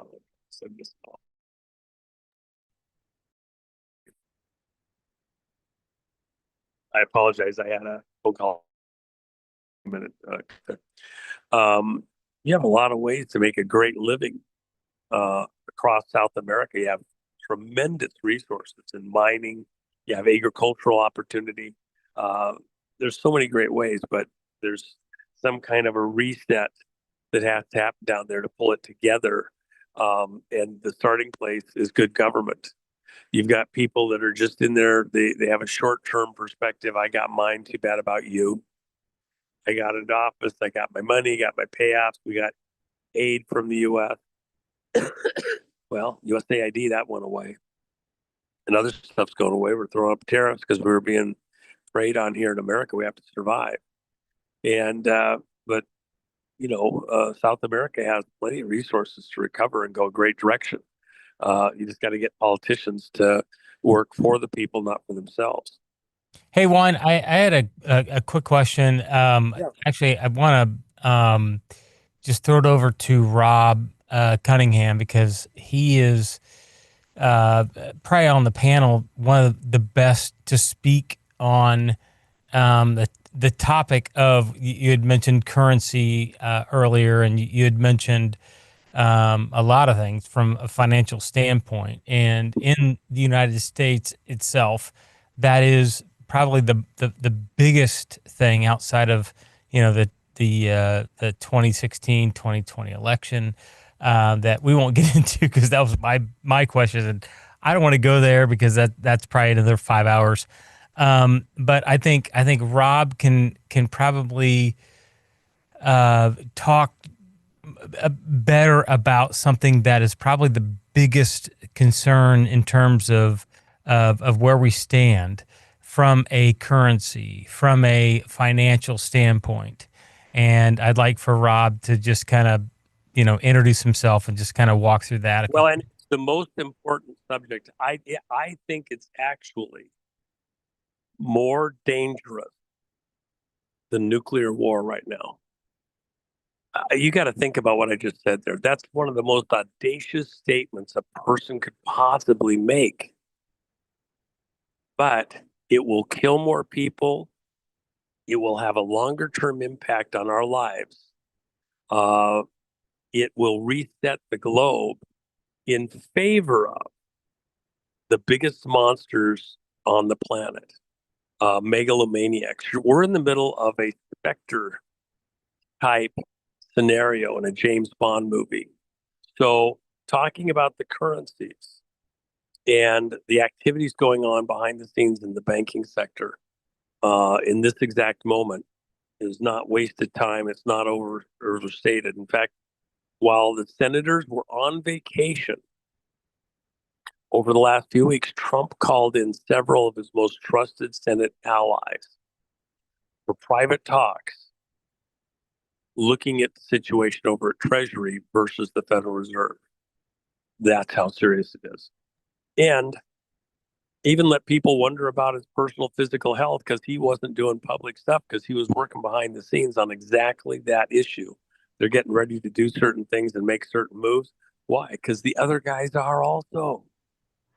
Do you wait till they make their move before you act? No. We're anticipating. We expect some things. So we're preparing so that we can have a nice, tidy response. They make a move, we make a move. So with that in mind, Mr. Cunningham, I'm glad to field any question you got there and try to see if I can give a correct answer. Well, Juan, thank you for your tireless decades of work, and I know you're always in demand. We have one really great mutual friend in Nino Rodriguez. I've maybe been on his show 20 times, and you've probably been on it 2,000 times. Nino. Oh, Nino. And Maverick, yeah, all that. So love him like a brother. He's a great man. But he is. I'd like to set up a narrative. One of my passions, one is tabletopping the complexity of the war that we're in to the average person. And you try to take a very complicated set of variables and discuss it over coffee. And when you combine the political war, the spiritual war, the financial war, the pharmaceutical war, the military war, to a bunch of folks that haven't studied history, that don't know politics, that don't know warfare, that don't know the nature of the demonic evil that we're dealing with, and the forces that are here to divide, deceive, devour, and destroy. They're lurking for people that have no knowledge, so that, as Christ said, my people are destroyed for their lack of knowledge. The real knowledge that they're missing is the quantum level of evil that exists on this world. They don't know the spiritual laws, so they get their asses kicked, right? And this demonic evil manifests itself into the hospitals, into the schools, into the pulpits, into the banks, into government, into every aspect of life. It just drips into everything. And if we don't have the right optics, it's impossible for people to understand what the hell's going on. So okay, let me short stop you right there for a second and pick Sure. up right there. But let me short stop you for a second. A plus gold stars all the way across the map for you. People look at the economic crisis as something that, just better management, better leadership, better schools or education or something like that. Better detectives and going after criminals. Yeah, that'll solve the problem. Better politicians. We just got to, run better elections, get a better politician in there, whatever. I think you're missing the mark. Amen. You must have. In fact, I just had Professor Clements.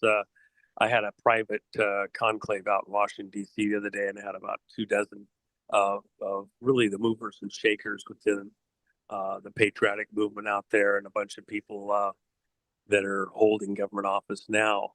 They're reviewing where things are at right this second, and it was just so refreshing to get to spend time together. But afterwards, Professor Clements and I had a chance to just have a little bit of a reprieve and discuss some stuff. There's something that I want to do that I don't want to disclose, but he would be central to that operation.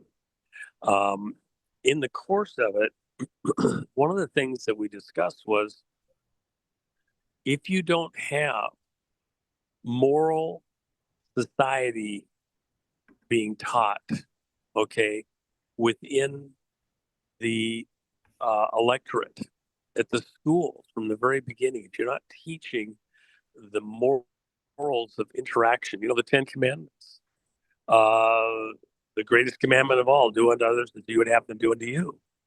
Mm-hmm. If you're not making that a basis for societal interaction, then everything else is moot. Because if you try, you don't have enough fingers and toes, and neither does everybody else in society, to constantly be coming up against the bad guys and anticipating every kind of evil that the devil can dream up. It's impossible. It's impossible. Okay. Look at the girl on the train the other day. Oh. She's just looking at her phone till an instant before she was attacked. She had no clue she was in danger. A madman, an insane person, attacks her completely out of the blue for no godly known reason except just pure evil. Right. Okay. But until you've been mugged, till you've been conned by a really good con man, you don't realize how vulnerable you truly are. And how instantly everything in your world can change. It's one thing when it's a very remote, isolated thing. It's another thing when it's right in your life, right next door, right in your workplace, right in your church. You know, one of the most horrendous evils out there, as far as I'm concerned, is these wolves dressed up in sheep's clothing, the finest sheep's clothing they can have sewn up, working in the churches, in the pulpits across the country, you know, as though they're somehow God's appointed minister with a special word. And, you know, send us 1995 and we'll send you the holy oil, blah, blah, blah. Okay. Amen. Preying on people who are themselves seeking God himself. But that was going on at Christ's time. Look at what Christ did when the money changers had captured control of the temple. Christ never said of God. He went there and spoke from the scriptures at the front of the temple. So he wasn't denying that it was a place where God's presence was supposed to be at. But the people who had hijacked those operations, from the high priest right down through the ranks, were all had turned his temple into a money-making operation. Right. And then they're the ones that are reaping all the benefits. Well, And Juan, to that point, I say this to people all the time. You want to look at the three most evil, demonic, possessed entities in the world. It was Jesus saw the money racketeering operation. They converted the house of worship, God's house, into a money changers operation. He turned over the tables because they were lying and cheating and deceiving people. And 5 days later, the religious people, the money changers, and the politicians nailed him to a tree. Mm-hmm. Today, you have those same three entities that are culpable in hating the trueness, the reality of the Christed spirit, because they can't monetize that. They need to be the middleman to keep people dependent on that friction called religion, and donating and ringing bells and burning candles and handing out money and rubbing beads and worshiping the man in the pulpit, and then walking out of that 1 hour a week service and just as dumb as they were the day before and the day after. They're not equipped. They're not equipped to walk, to do that love walk and walk in the way as Jesus taught us that we needed to walk in the way. Let me bookend that with something that's virtually never spoken anywhere in the church. I have never heard a sermon on this, but let me bookend it with something that is important, I think, for all of us to realize. The attempts at militarizing God's people, people in the church, to the other extreme. Judas Iscariot, he was not from the area that the disciples were from. He wasn't a fisherman. He wasn't, tax collector, all the other stuff. He was from a region it was about 100 miles away. And in that region was kind of this militia class of the Jews. It's said that he was a cousin of Christ, so from some other part of the family, but in their culture, their language, cousin can be very far removed, okay? The interesting thing about Judas was that he was actually considered to be much smarter, a business class type person. That's why he thought out to be the one that carried the purse, because he was more sophisticated, more schooled. He had the right credentials. And this was this class of Jews who sought to take back Jerusalem from the Romans and to kick them out in one great mighty war effort, and to retake the land for all the right reasons before God. A very militant class, take up arms. And there's not that many Roman soldiers. here. There's not that many that are in collusion with the Romans. If we just rise up together all in one day, we could take back Jerusalem. God would bless us, and we'd have our land back. And within a year, Rome would come down with, a dozen legions, and they'd be in the hell of a fight. And so Judas was from that particular group. When you start looking at his actions and his history within the apostles, he was always advocating from a very business side. For example, when the woman came and broke the alabaster jar with ointment in it and anointed Christ from his head to his feet with embalming oil, very fragrant preservatives that would cost a year's wages, okay, to the average person. And she broke the alabaster jar and then poured it over Christ and prepared his body for burial. God himself had given this woman an understanding of what was about to happen. She had heard Christ's word where he said, I have to go to Jerusalem and be punished and tortured and killed. He told his own apostles that. Peter said, no way, we won't let it happen, Christ. If they come for you, every one of us will fight with our life to the death to protect you. No problem, we're all going to do it. But that wasn't what God had in mind for that exact moment in time. Christ will come in the clouds with a great mighty army. Just as he left, he'll return. But this time he'll have an army with him. The dead in Christ raised up first, and then the living. All will be changed in an instant, but not all will know physical death. And that army takes control of the world at the end of this age. But Judas and the people around him, Judas saw himself as the leader of this militia group, if you will, that was going to retake Jerusalem and then the rest of Israel and start the war against the Romans. And God was going to pull his angels out of heaven and they were going to win the land back. It was a movement that clearly, while in many ways we'd agree with, we say, yeah, go for it, yes, was out of step with God's will at that exact moment in time. So you can do all the right things for all the right reasons and be out of step with what God actually wants at a particular moment. Unless God himself directs you, you're on very dangerous ground if you're just going on, gut instinct, a couple of scriptures, some rah-rah talk around the campfire.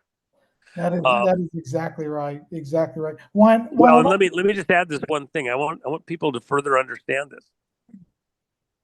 When Judas was approached by the high priest and the temple workers, they already knew that he was vulnerable. They could sniff it out. They knew that he was the one that carried the purse, that he was the one that wanted to control that. In fact, it's said, for he carried the purse. Okay? That sounds like every politician.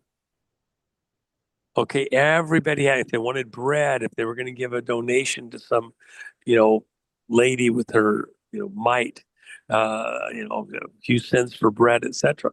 When the woman broke the alabaster jar, what did Judas say?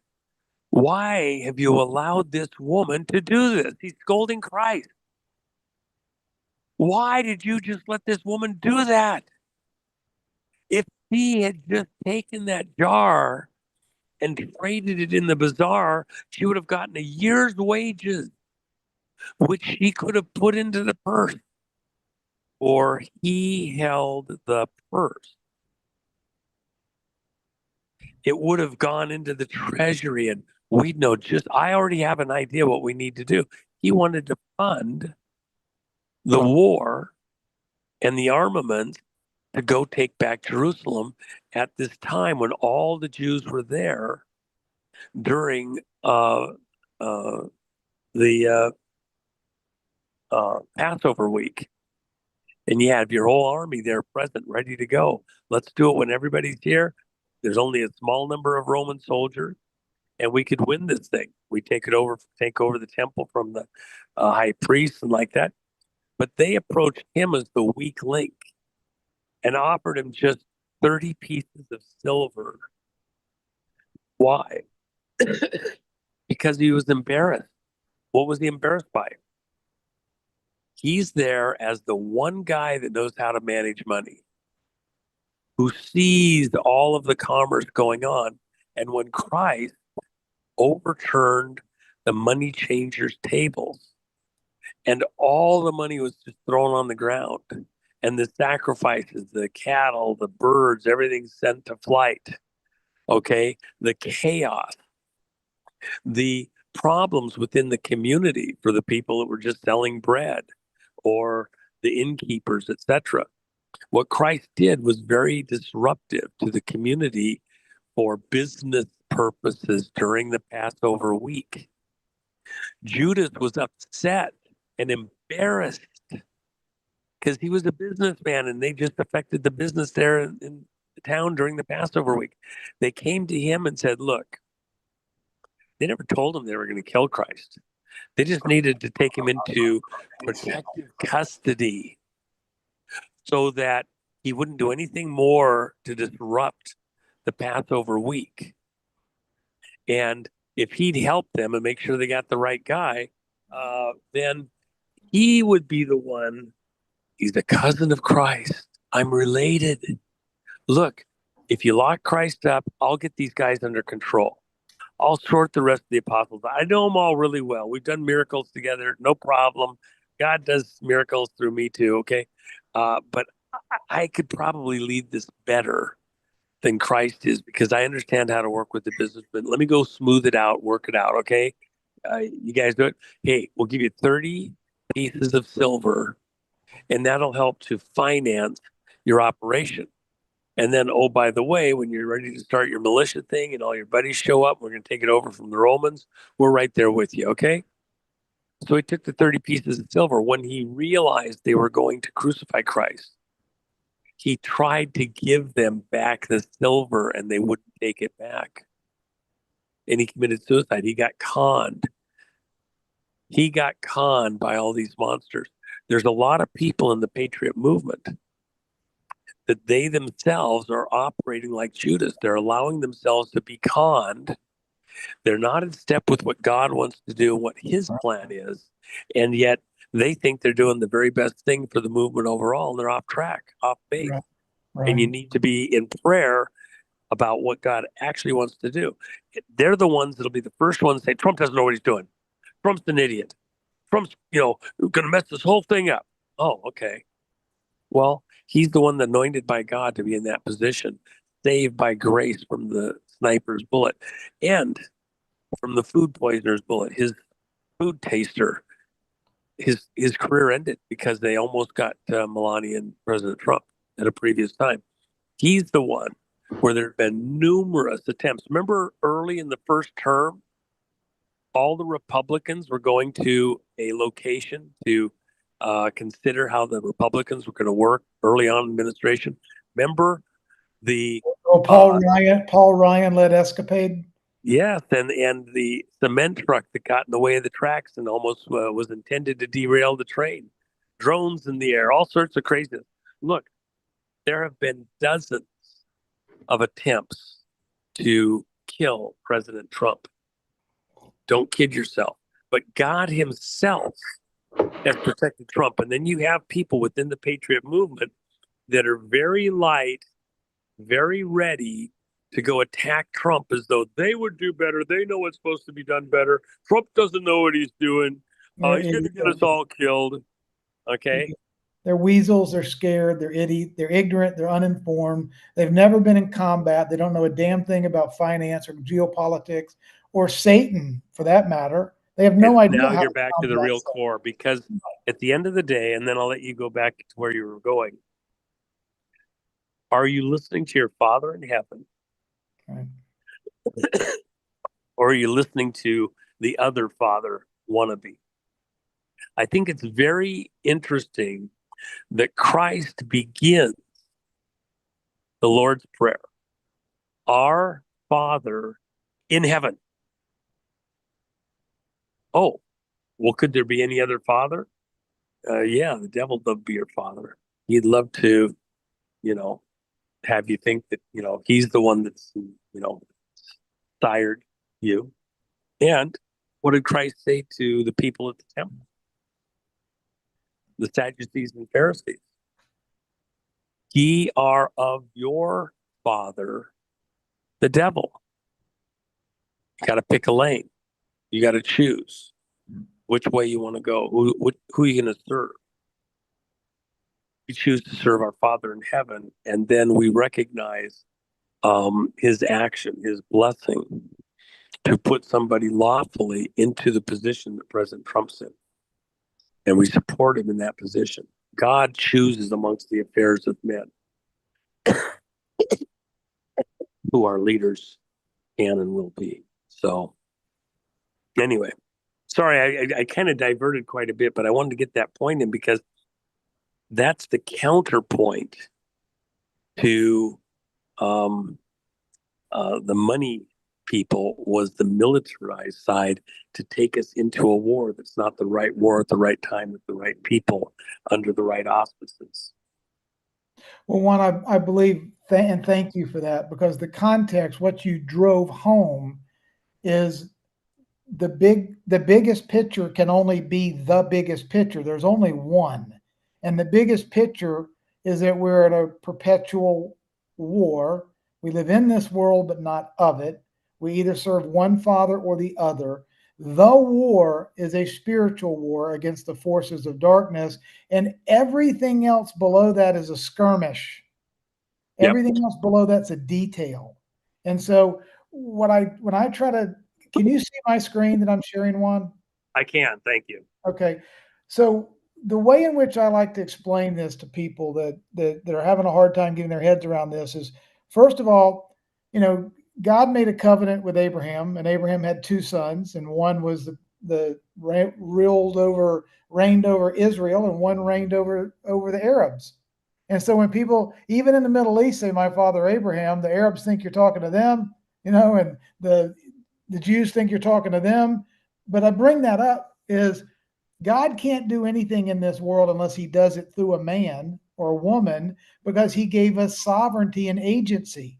So if he wants anything done and not be a liar, he has to pick a man like Trump or Saul that turns into Paul, or somebody in the world to take action with faith on the instructions from God.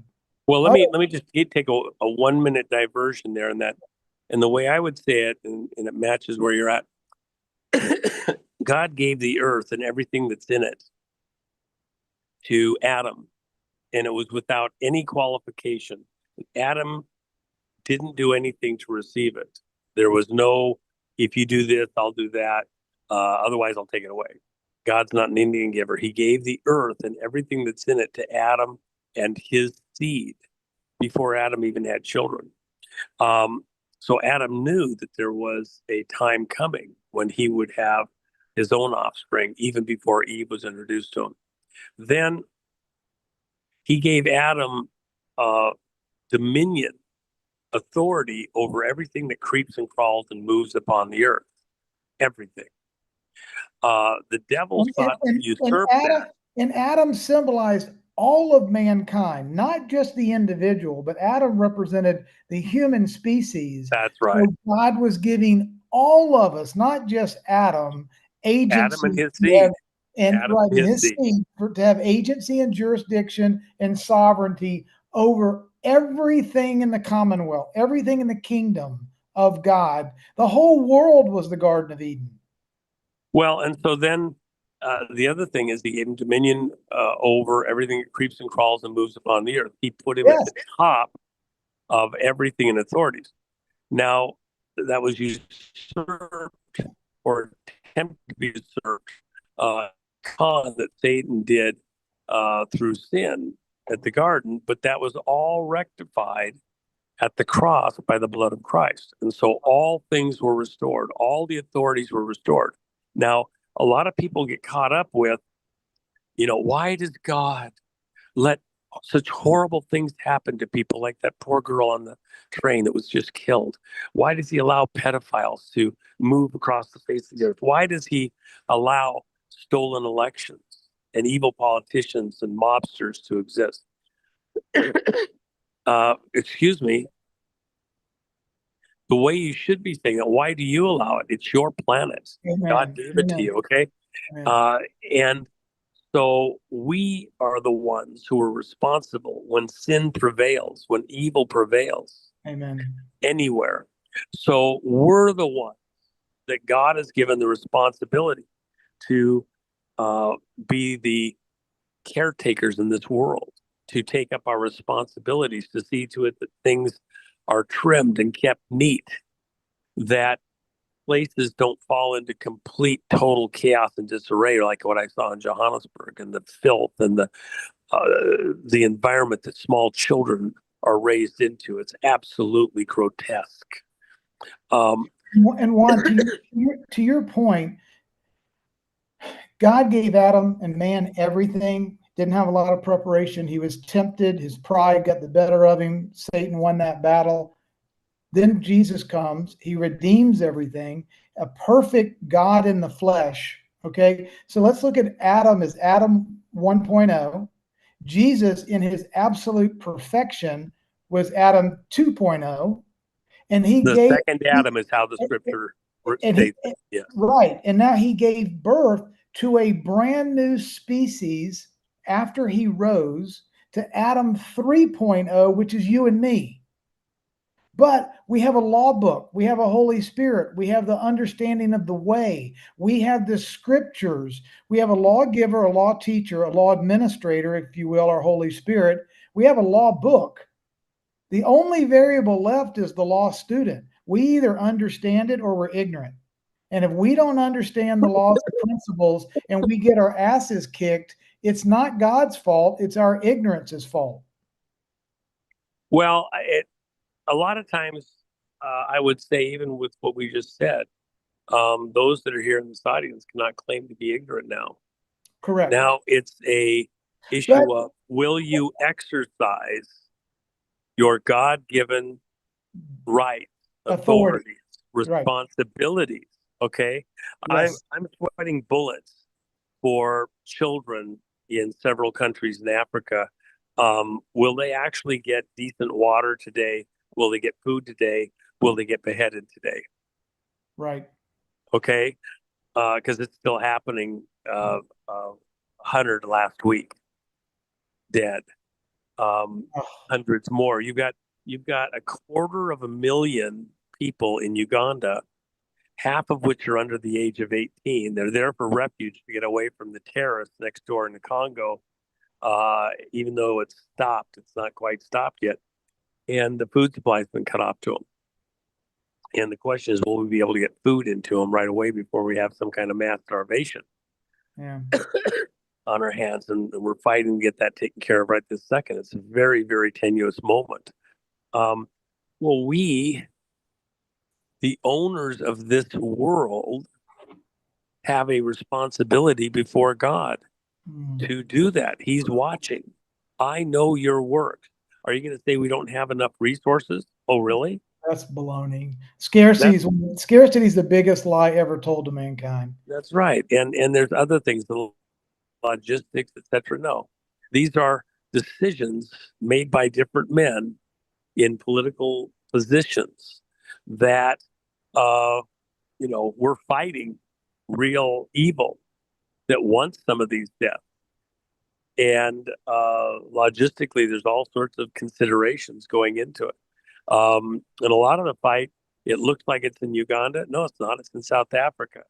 It's right there with the people that have vast wealth in South Africa that are trying to strip the Congo of it from their safe refuge in South Africa. A bunch of monsters. You're living in a James Bond movie. Yes. And Spectre is alive and working from its hidden rooms It's cloaked locations right there in plain sight. And many of the players are the rich and famous, the ones that you see on the TV and promoted as, the most beautiful and the smartest and the best entertainers. Okay. And yet they're in on this because, it's a club and everybody else is their chattel. They don't consider life because they serve Satan, Lucifer, the devil, the father of death. Okay. And it is a good versus evil moment. And Juan, the scriptures give us one option. We have one choice, each and every one of us is we can worship God or we can worship the things of the world, mammon and money, materialism.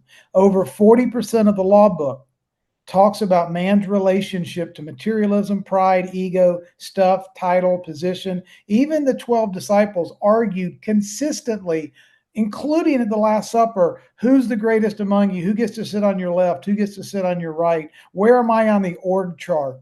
And Jesus was like, oh my God, you guys don't get it, do you? I mean, show me a child, an innocent child has a higher place in the kingdom than you idiots worrying about your ego and title and position. Well, right? Then he shows them and demonstrates for them, he who would be greatest must be the least. Right. And washes their feet. Must be a servant. That's correct. And Okay. so let me explain this very quickly because I want to maybe be able to, we can clip this later and help people understand the magnitude. 2,000 years ago was Christ. 250 years ago was the birth of America. And in 3 months, we're going to have the 250th year celebration. So we have a nation that was born on a document that said, on this piece of parchment, before these 56 men signed this piece of paper, this is a declaration, a love letter to God, recognizing first and foremost, all of our rights come from God in heaven, the Father. They are unalienable rights to life, liberty, and the pursuit of happiness. We're permissioned with these rights. We don't have to ask for anybody for permission to live our life as free agent, sovereign individuals that are sons and daughters of God. Okay? These 56 men signed this document. That's our birth certificate.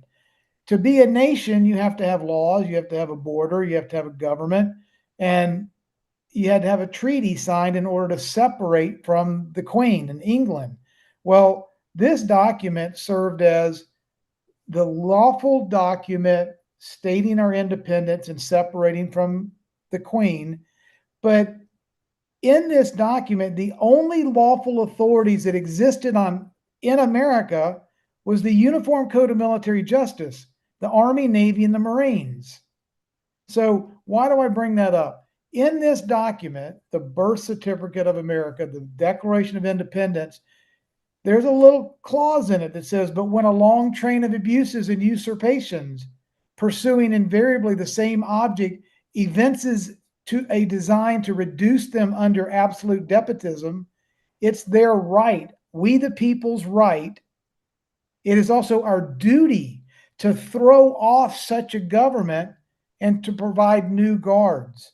So, if our country was hijacked and stolen by usurpers and infiltrated by people not of American origin, and they've hijacked our government, the only way we are going to get rid of that usurping terrorist organization is through the military, because it was the military that underwrote that clause in our birth certificate that says we the people have the right to get rid of them. And the commander in chief is the man that would get rid of these people under that document.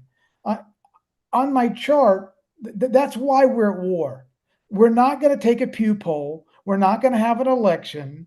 We're not going to fix the school systems and get everybody in America to vote, 51% to go to war with an invisible evil that controls the banking system and wants us all dead.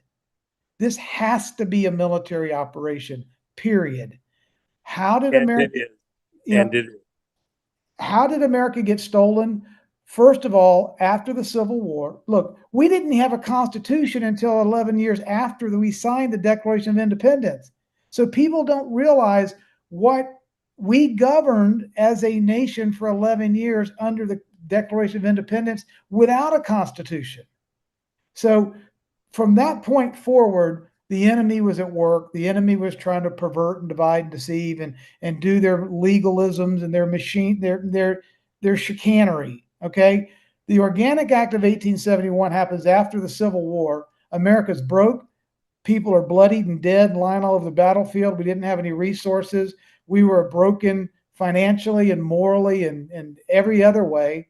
So here come the venture capitalist sharks from London and the city of the Vatican City. They give us a deal. They promise all the money in the world, and all that the signers of this Organic Act had to do was sell their soul to Satan. And that's in essence what they did. From that comes the District of Columbia, which was not a part of the Constitution and never was a sovereign part of America. From then, in 1913, we go from the Organic Act to the Rothschild central banking system, which is Federal Reserve notes, as you talked about, which was their control system with debt slavery, that they could issue money out of thin air, and it had nothing to do with gold or silver. So from 1913, and G. Edward Griffin talks about, this is nothing but a cartel. This is a demonic cartel that took over our country, started printing money, created the IRS, created the income tax, bought the politicians, bought Pharmacia, bought the Department of Education, and here we go. Everything in the corporation is owned by London and the Vatican. The central bank is their bank, and they invade our country. In 2008, when we had the big financial crisis and the market shut down and everything collapsed, people don't realize that in January of 2009, right after that 2008 financial crisis, is when the white paper on Bitcoin came out. They already had a plan for a new system because they knew their old system was flatlined and dead. So they were going to replace it with a CBD type system, a Chinese digital architecture, scare everybody, have surveillance on a scale we would have never escaped had Hillary won. But she didn't. So they have been planning for this since they put Obama in office. The military has known about it. Trump was recruited to come in. Trump came in in 2008, and from in 2016, 2015, 17 technically, yeah. So he's invited in and recruited in, and he's been in there for 3 terms now as the commander in chief, 2 terms as the quote unquote president of the corporation that is basically defunct. And he's executing a war per the authority of the Declaration of Independence to get rid of the enemy combatants that have hijacked our nation. And if people don't understand that London and the Vatican and the central bankers are no more American than the Federal Reserve is American, then they're missing the whole plot. They don't understand what's going on. Could you put this in your words and tell me where you think I'm right or wrong or missing something here? No, you're doing a good job. I mean, at the end of the day, this is Casino Royale for planet Earth. Yes. This is the biggest game in the history of the world. And it's not just for a country. It's for the entire planet. Every nation. Yes, sir. Yeah. But we first have to secure. It's like in the airplanes, okay? Put your own oxygen mask on first and then help the people around you. Why? Because if you help people around you and you pass out and they don't know what to do and they don't help you, it's all over. So you need assistance, or you need to be able to provide assistance. You got to get yourself stabilized first. All judgment begins in the house of the Lord. Amen. But why is that? Because God expects his people to get their oxygen mask on and then go help other people around them. He expects us to lead in bringing morality, righteousness, truth, a word in season, and most of all, an understanding of the basis for salvation, the blood of Christ, cleansing from sin, so that we have clean hands to go into the fight with. And, I would go back further even than the Declaration of Independence. I was just down in South Africa for a couple of weeks. There's a group there a couple of groups, actually, several groups, all looking from different directions about breaking away from the main country, creating a new country, the Cape of Good Hope. Just as America broke away from England, they want to break away from South Africa. The government, the situation with the South African government has become untenable. It's a matter of life and death now.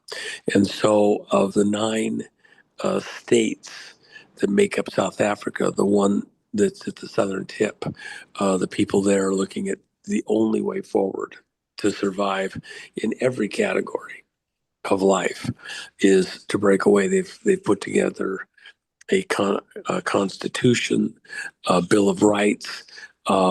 They've been talking about this for 2 decades, and now they're down to crunch time. And had a gathering of all the correct people, kind of a summit. Where are we at? What makes sense lawfully internationally? What are the correct steps that have to be taken next? Correct What's people, the impact? Kind of a summit. Where are we at? What makes there we go. It was repeating there. But also how you can do your banking. What about passport control and the ability to have a passport and to travel internationally for business to take place between countries and trade? Are you affected by the tariffs that affect the rest of South Africa once you break off? There's a lot of pieces that go into that. What's the plan moving forward? So their model isn't just what America did in 1776, because where was their origins? The people that founded and built out the Cape landed there in 1652. And their model was the Pilgrims in America in 1620 to create a launch pad to go out into the world and to bring the message of salvation to the world from the Cape of Good Hope. That's why they named it what they named it.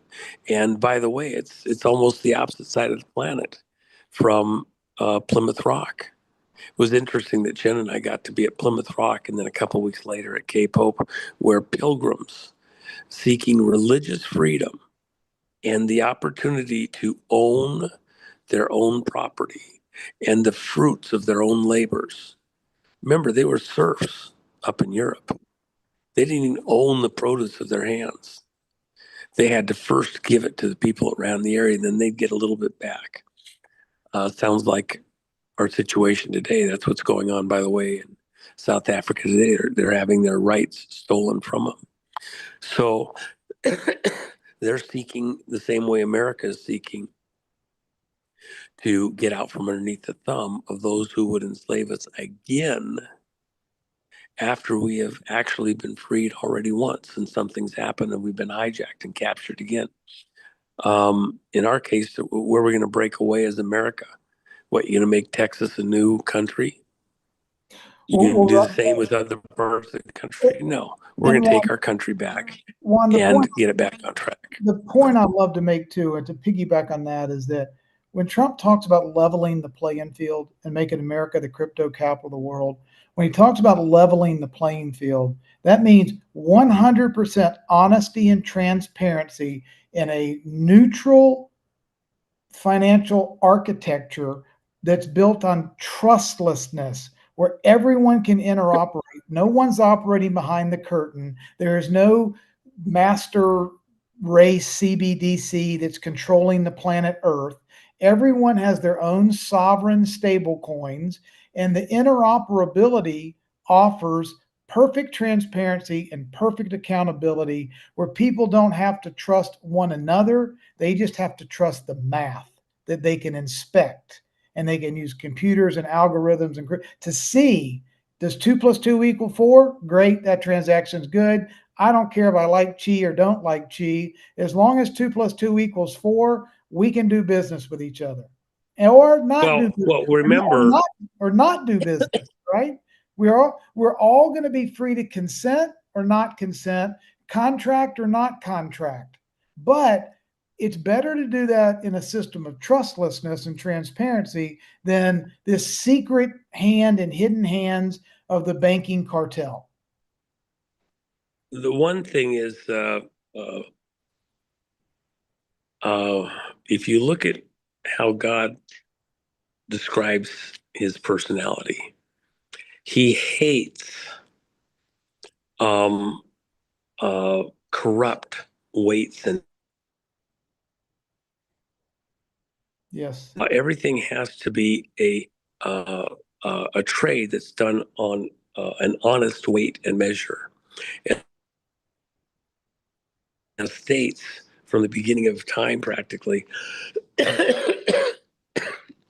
have had certain measuring devices. A foot or a meter is exactly this long. They even go to lengths to make the measuring devices out of materials that won't expand or contract depending on the heat, even a millimeter. They had tally sticks. Remember that? That's right. And so, and honest weights and measures, where an ounce is an ounce. You know, you had people that would shave off the edge of a coin, yes, and it's just a hair smaller, but you had to really be looking closely.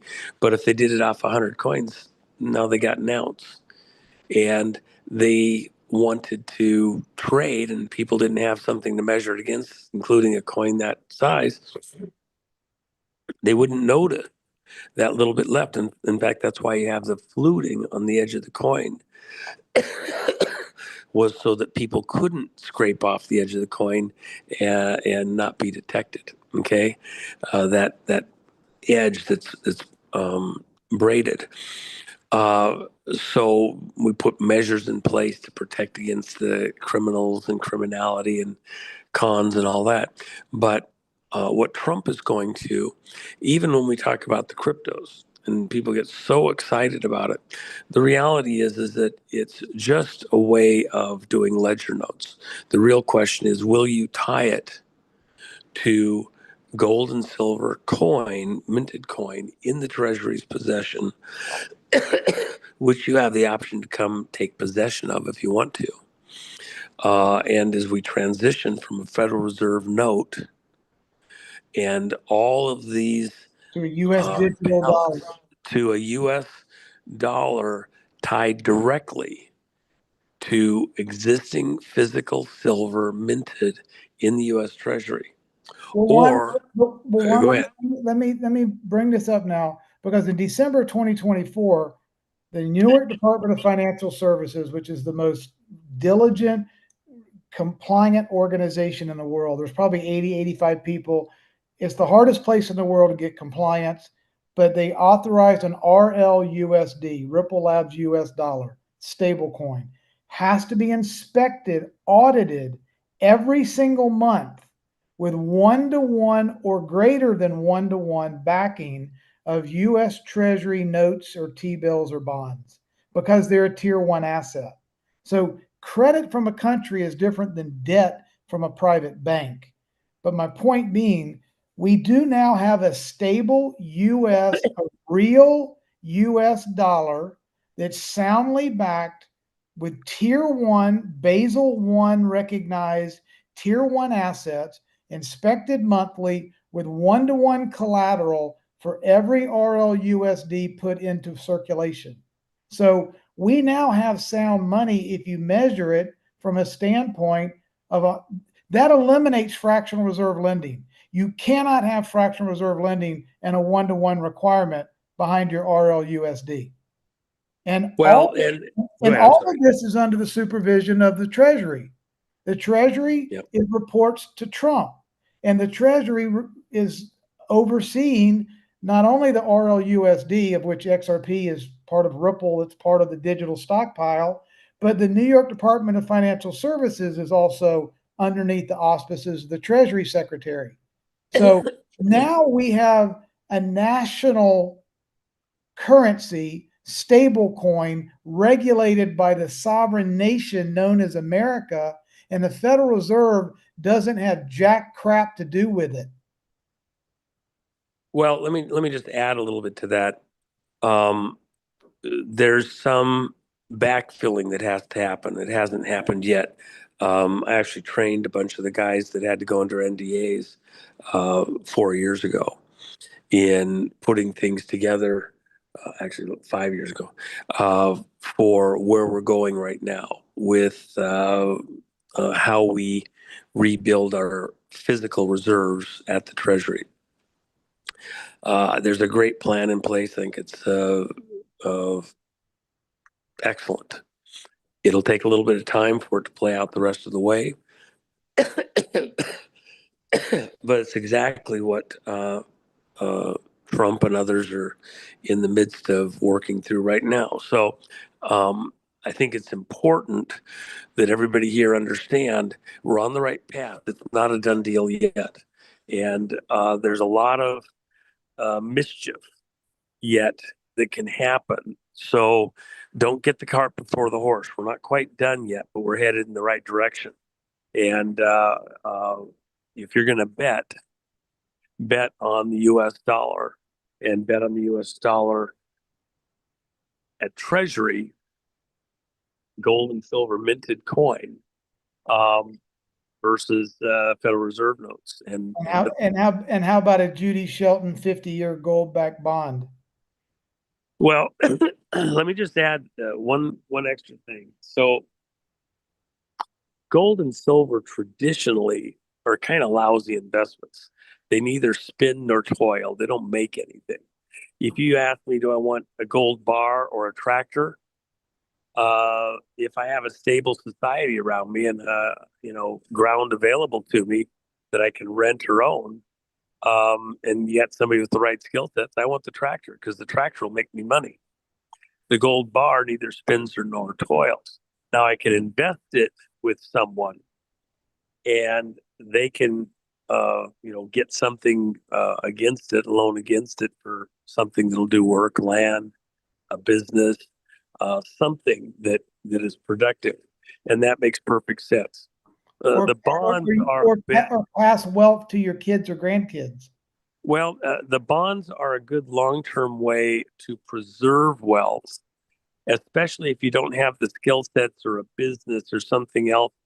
But it's not a great return as a general rule. And you're betting on societally that politicians are going to do a good job of keeping society moving smoothly and things like that. So it's not the worst thing. And for people of massive wealth, literally, they just can't find enough businesses. They, for example, Howard Hughes.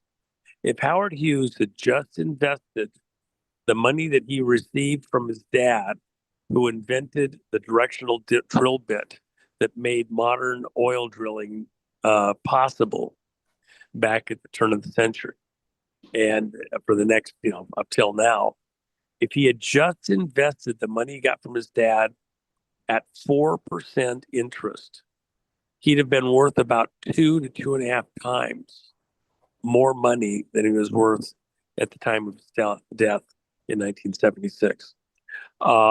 He was actually a horrible investor with all of his businesses and things like that. Where you think, well, no, he had all these amazing things. Yes, he enjoyed doing things with his life, aircraft.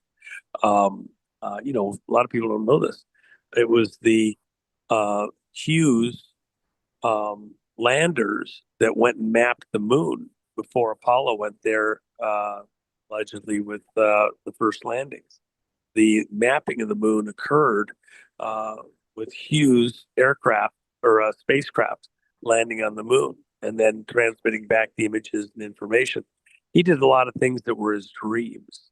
And so he enjoyed things at a whole different level. But when you say bonds, things like that, if you had a modest rate of return and you're not a very good businessman, or you don't have good opportunities, or you want to make sure there's something for the kids and grandkids, that's not a bad way to go. But if you've got a little aptitude, if you've got an idea, Do I want to invest in a bunch of gold bars? Do I want to invest in Ford or the next space program or something else? If you invest correctly, you can do much better than that modest rate of return. The only other thing is that generally governments give you tax breaks for investing in certain types of bonds, and you avoid some tax, which gives a little bit higher return. But there's some research required to learn what might be best for you. And President Trump is making multiple allusions to giving 100% tax-free, favorable treatment to U.S. domestic cryptocurrencies like an XRP or a Cardano, HBAR, these ISO tokens that are U.S. based. He's talking about making them all tax-free and capital gains tax-free. Yep. Rob, Juan, may I jump into the conversation in Sure. between you guys? I'll bring a girl's idea, a woman idea over here. We are in a war, okay? In a war, my father always says that in a war, we always have a lot of information and most of it are not true. And we know that. We have to dig, we need to listen to the right people, we need to decode, we need to feel most of all we need to feel. When I listen to you guys and you are Americans and I compare to Brazilians and we think about investments, as you Juan knows, and you mentioned this before during the show, we have a totally different scenario here in Brazil. Okay, we are striving and we are struggling for 100 years. We don't have the American dream. We are far. We cannot compete with you guys because we barely speak Portuguese. Okay, so Anna, it's completely not Brazil.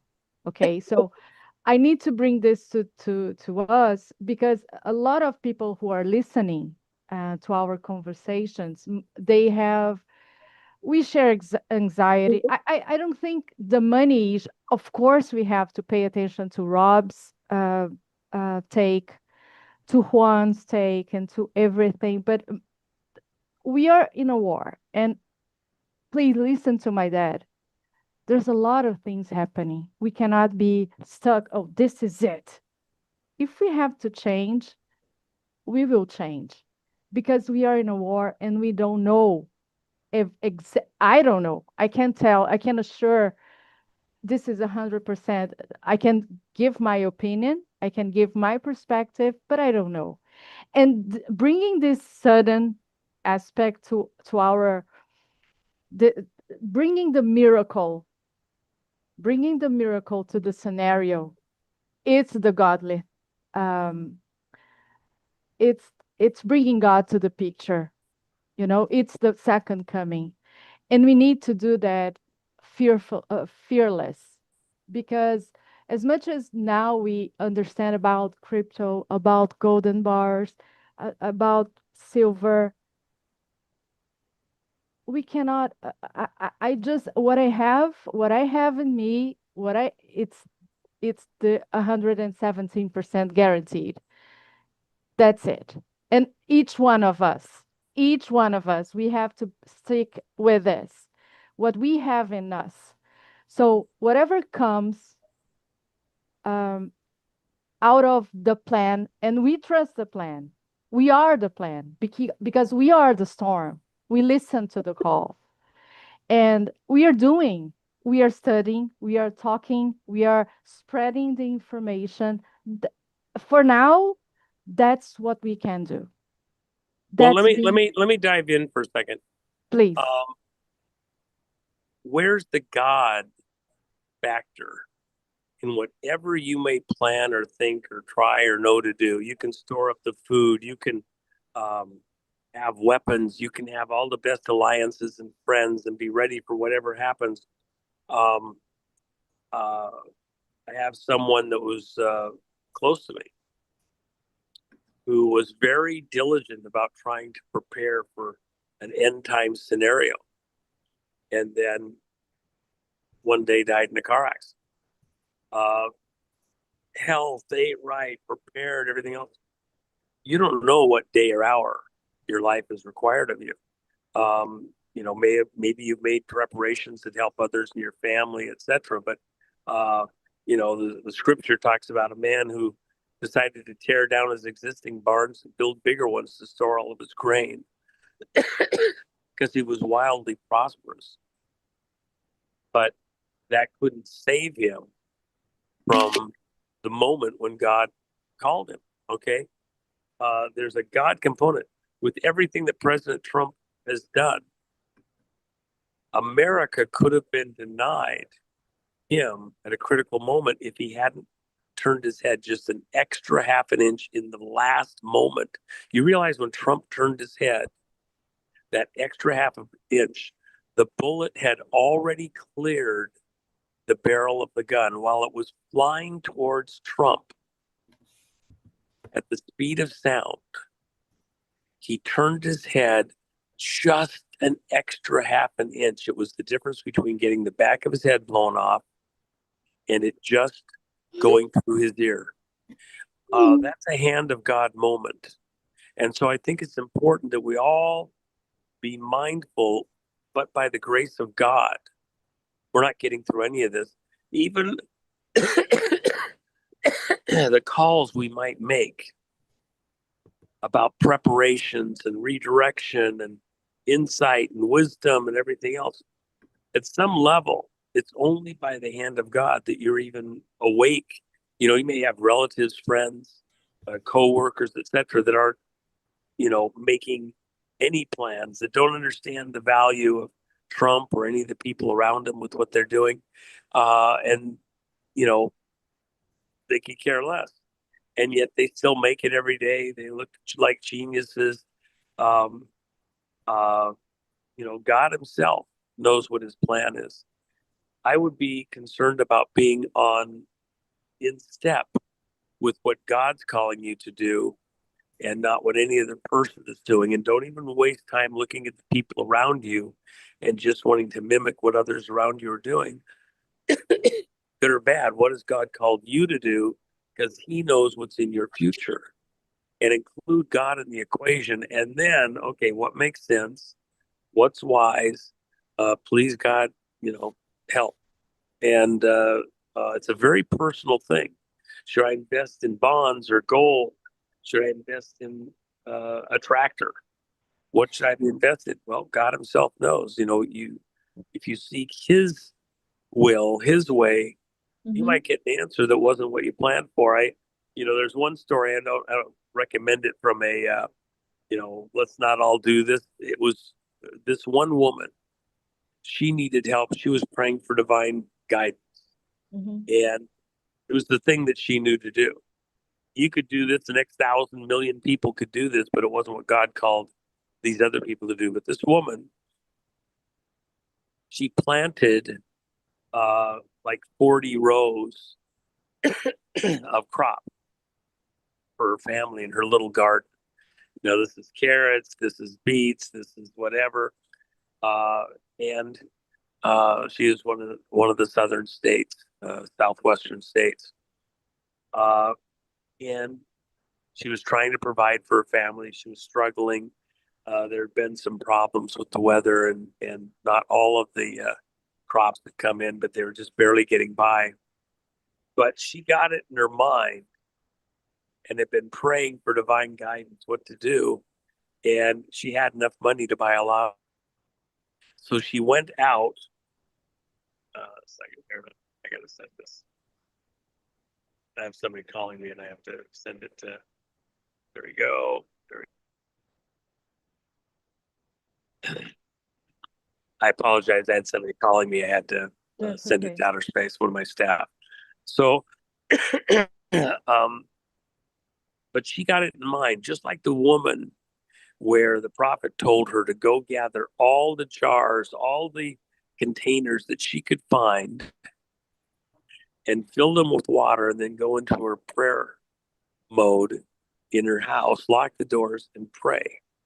And God turned all of the water into oil, which was a very high quality oil, which she was then able to sell to take care of herself and her son. Didn't tell everybody in the town. Doesn't sound like she ever got the chance to do that again. It was a one-time thing.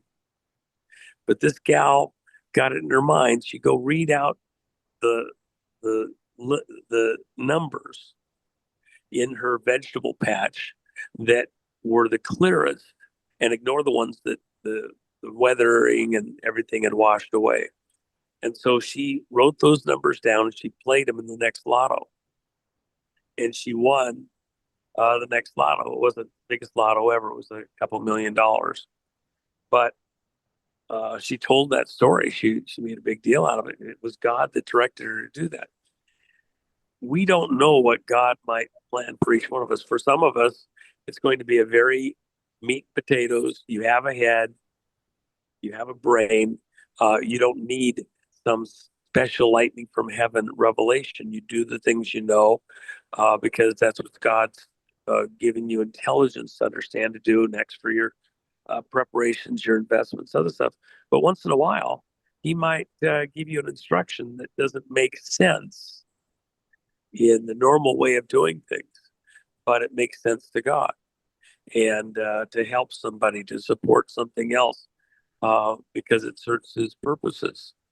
And we have to be sensitive. What is God calling each of us to do? And you can't put that on a guru.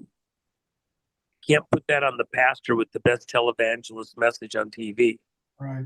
It's a personal thing. If you're have your ear tuned to what God's saying, God is faithful. If you ask him bread, he's not going to give you a stone. If you ask for him fish, he's not going to give you a serpent. Okay?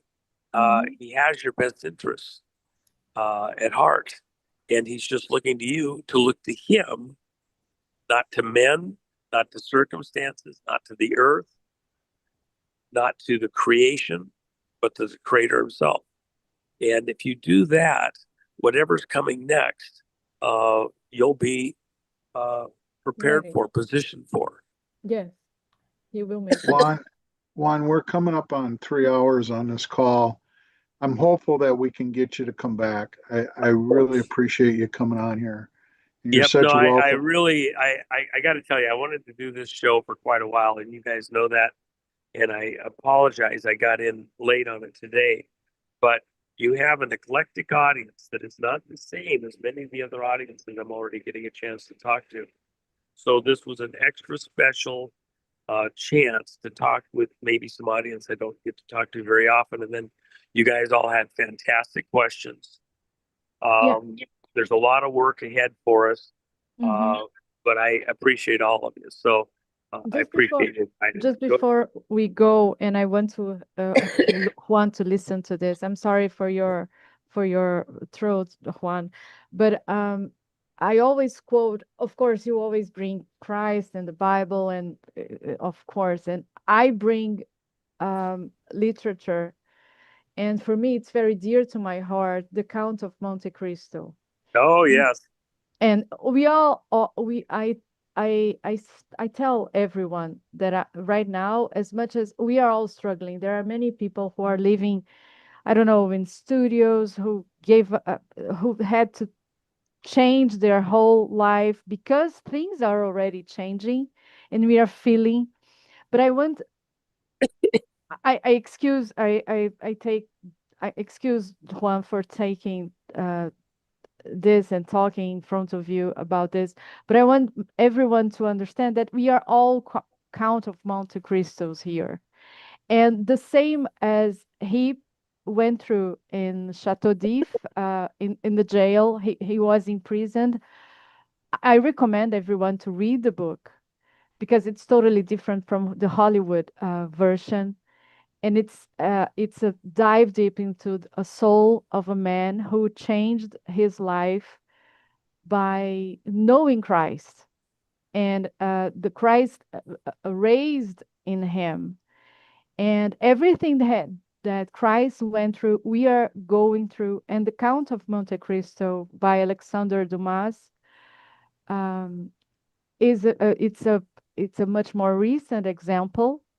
And I always quote this because God makes a way, and he was a sailor, he was a Marine, and he was imprisoned because of a rivalry.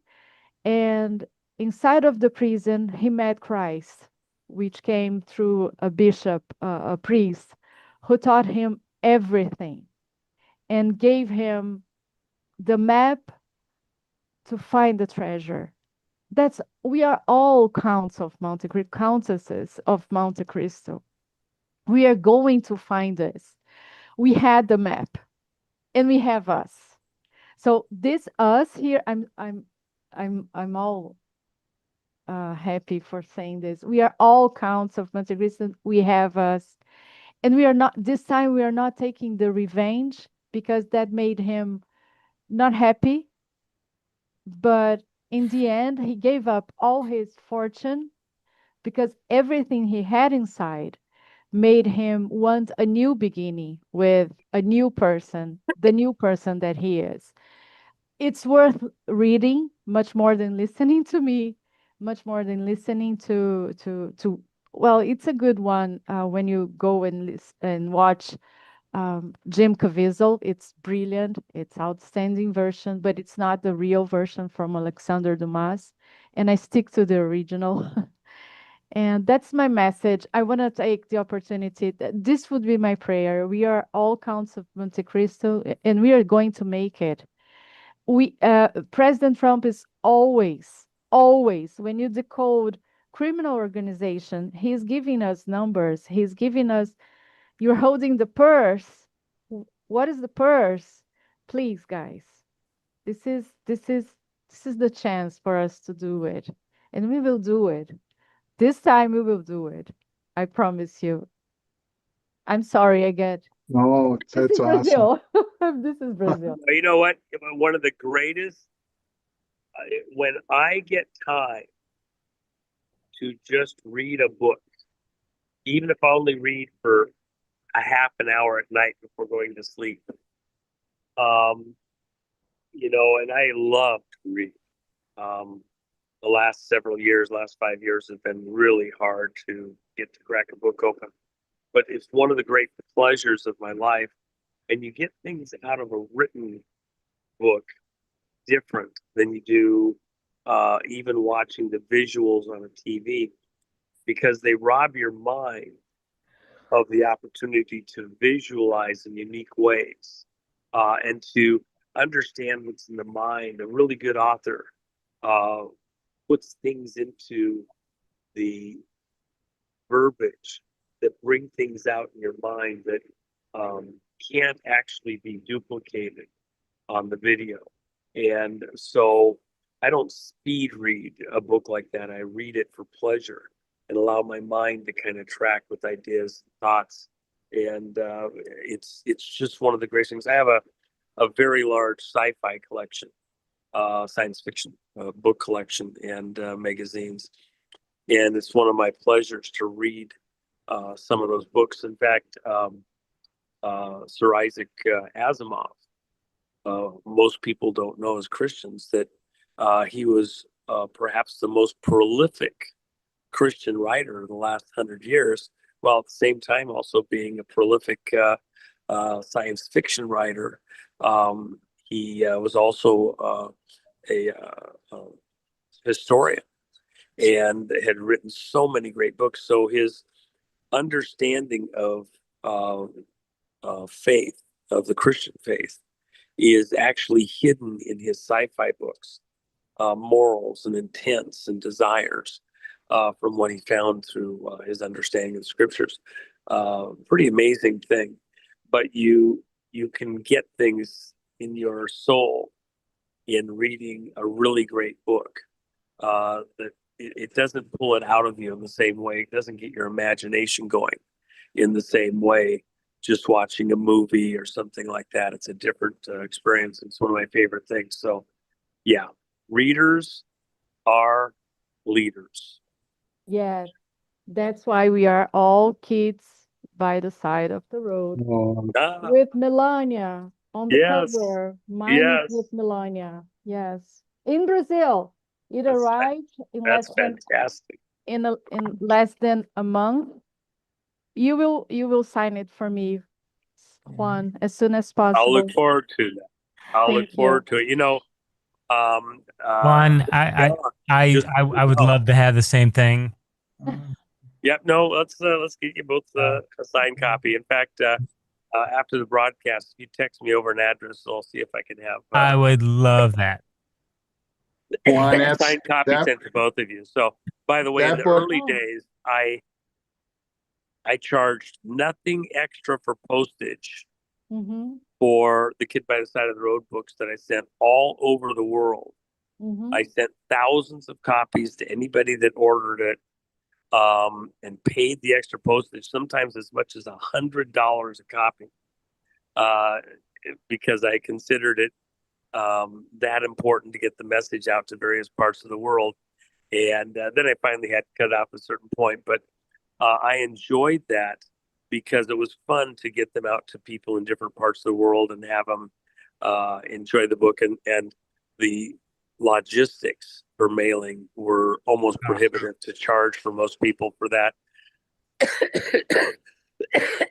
So I considered it kind of administrative or talk about it, but that was something I did early on. We sent thousands and thousands to very far-flung places. I think we sent books at no extra charge over what I was charging here in the U.S.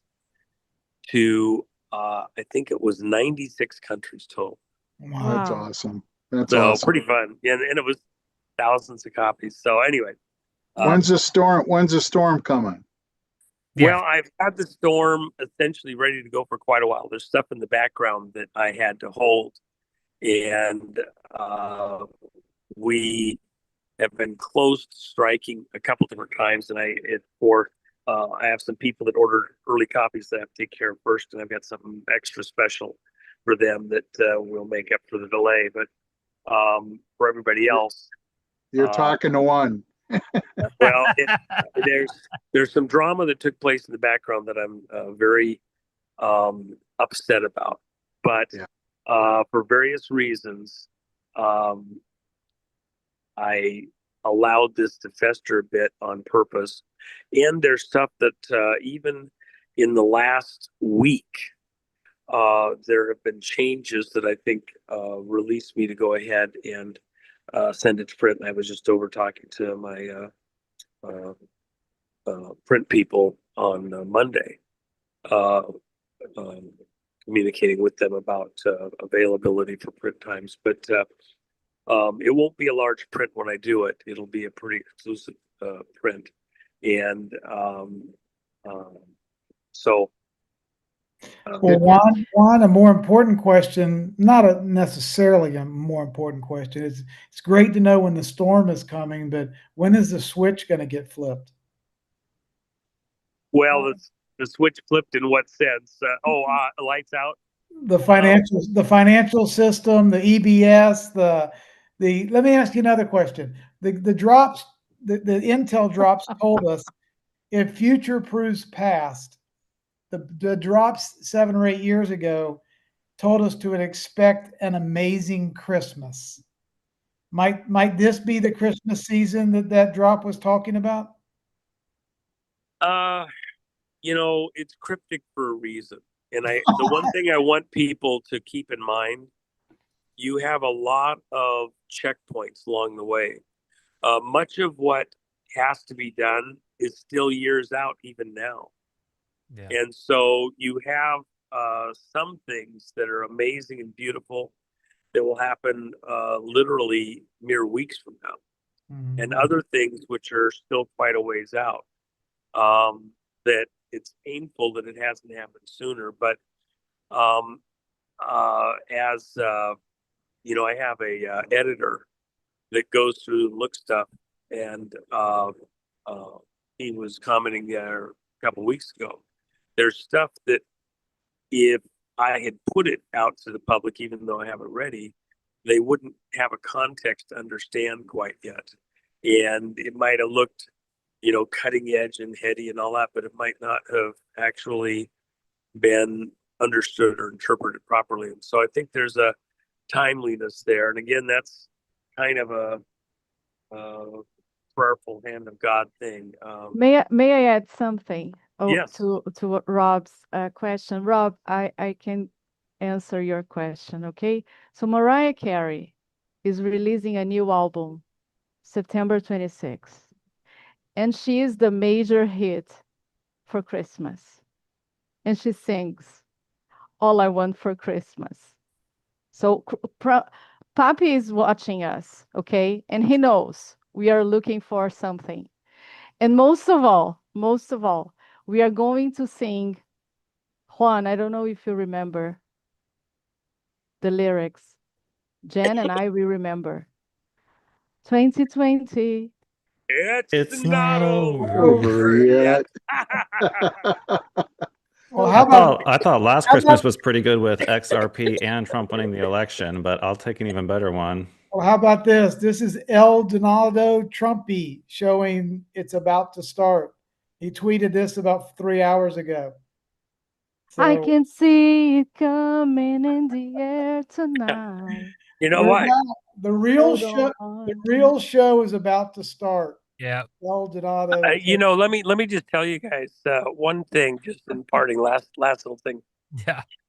That 2020 almost wiped me out. Yeah, I'll live.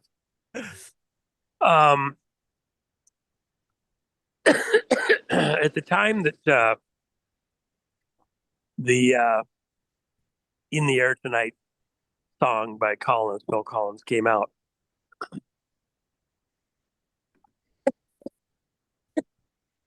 I was involved in some activity that went from Miami to South America, and had somebody that was betrayed us. Very similar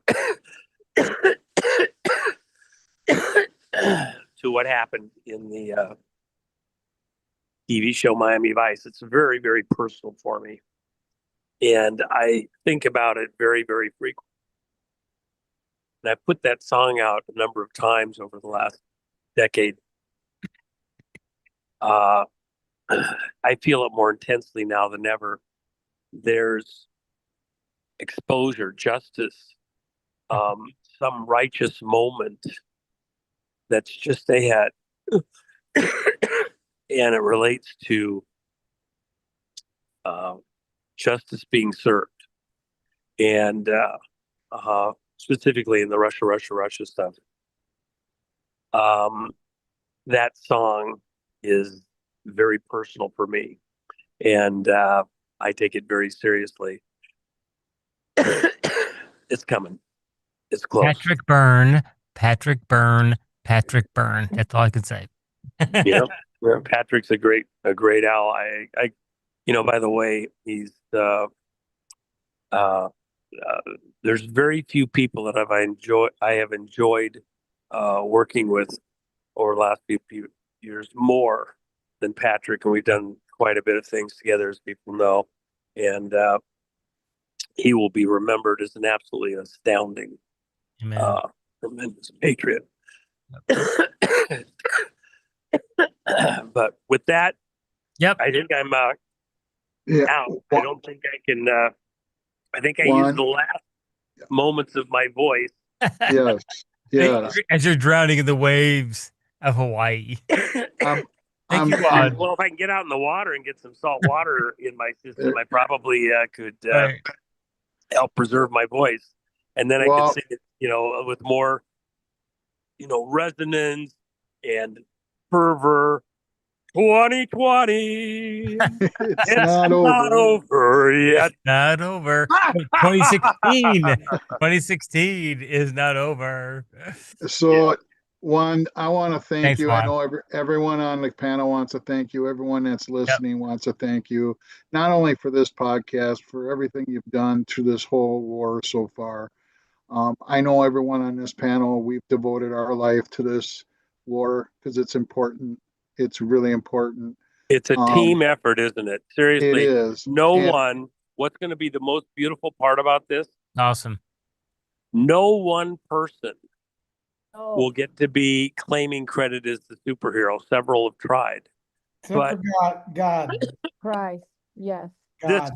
From top to bottom, it's a move of God. Amen. Those that have chosen to be on the right side of history. Yeah. Small and great. Preach it.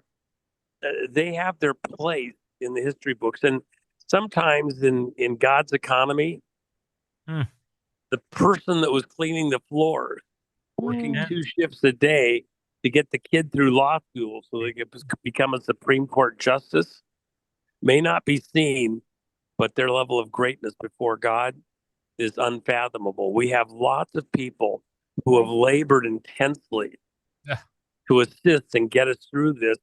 And I feel it all the time myself, even through prayer, of protection. You don't think that Trump was saved merely because he was this important person. I believe that the prayers of the people were heard by God himself. That's where Trump came from. With that being said, Juan, I just want to say this. For those that have Kid by the Side of the Road, read page 26 and 27. It's a very important part of the book. And then, Juan, if you could give us a quick prayer on our way out, and then we'll listen to Kate Smith sing God Bless America. Oh, super. Yeah. And by the way, Jennifer over at thejennifermac.com, she has a special that she put up, and I have it over at gumroad.com too, all patriots at gumroad.com on my site.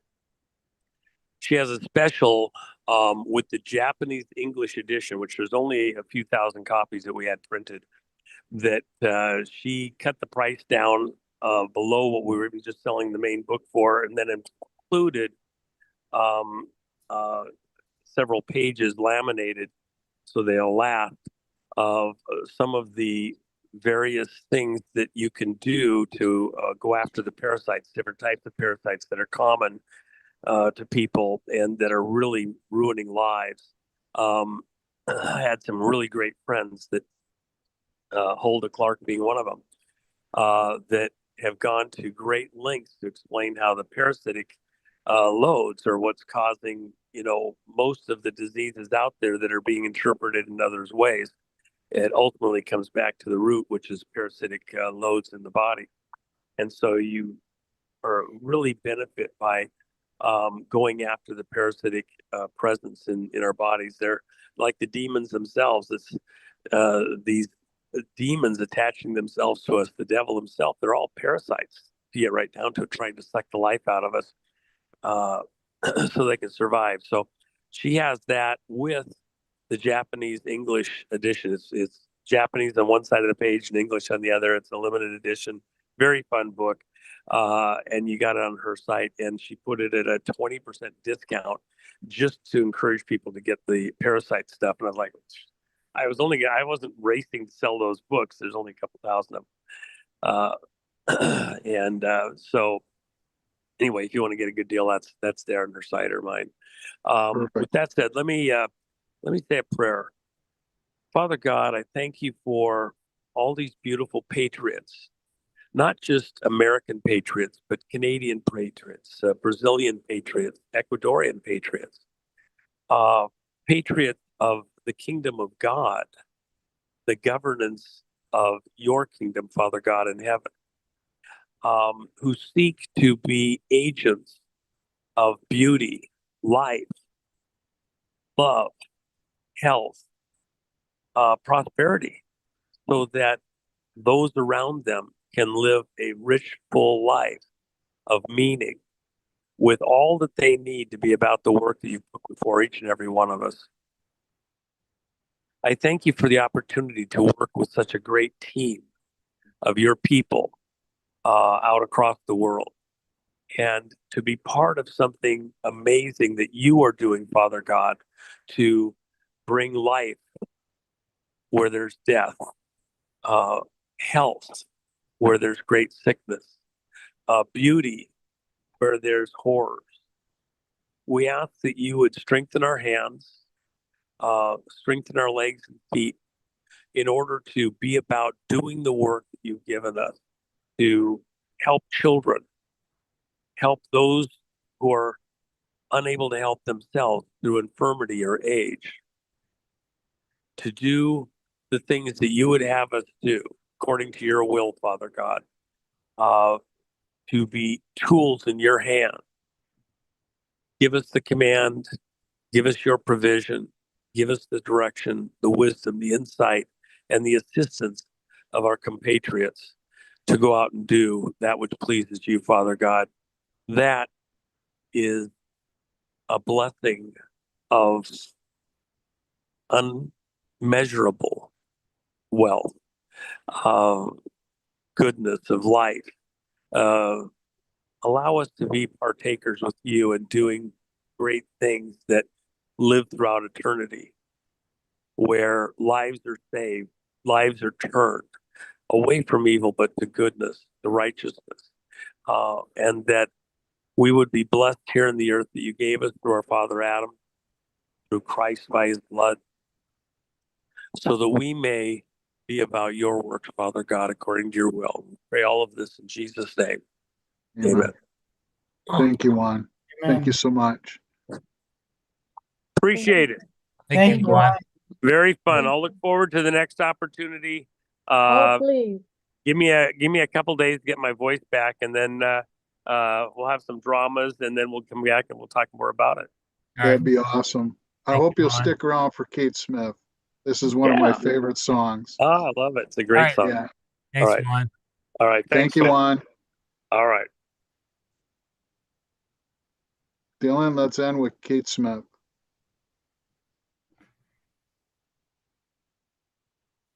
And now we take great pleasure in presenting to you the star of our program, Miss Kate Smith.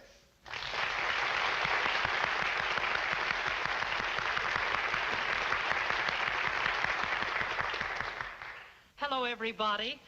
It is my happy privilege to introduce a new song, God Bless America. While the storm clouds gather far across the sea, let us swear allegiance to a land that's free. Let us all be grateful for a land so fair, as we raise our voices in a solemn prayer.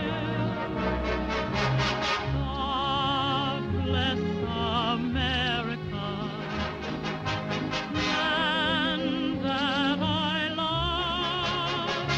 Stand beside her and guide her through the night with a light from above.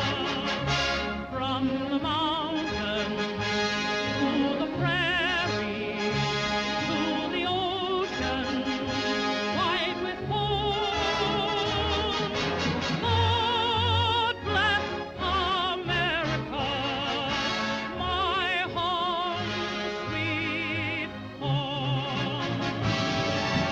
God bless America, land that I love.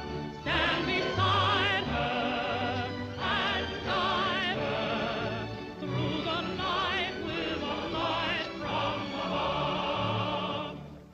From the mountain to the prairie to the ocean. Goodbye, Daddy. Bye, Dad. Don't be late. No. White with foam. God bless America, my home, sweet Right, Pop? Right, son. God bless America, land that I love. Stand beside her and guide her through the night with a light from above. From the mountain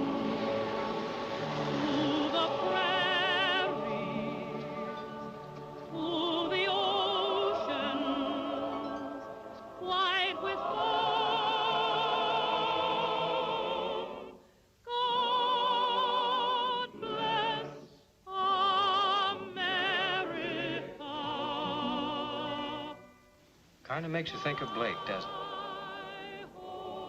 Makes you think of a lot of things. We're going to be in this yet, Mom.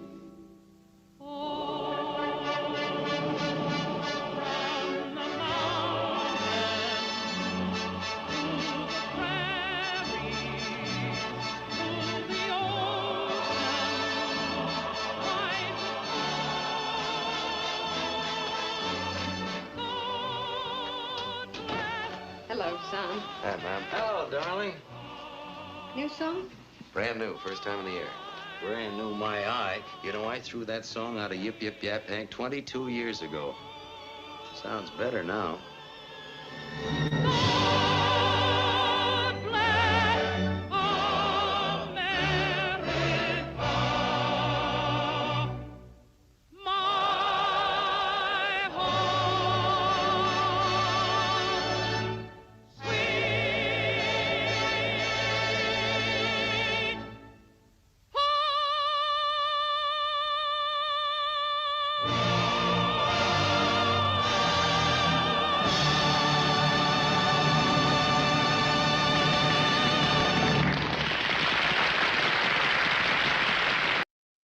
Thank you, everyone. Thank you to my panel.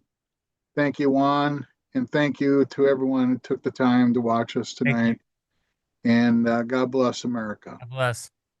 And just want to add, we have all the links in the description for Juan, thejennifermack.com, my website, dsmp.io, the X of Qranker, X of Rob Cunningham, and this is also streaming on Anna Marin's YouTube channel as well, so subscribe everywhere down there, and don't forget to like and subscribe on the video. And once again, thank you to Juan and to Qranker for organizing this, and for Anna, and everybody. So see you next time, New Templars. New Templar.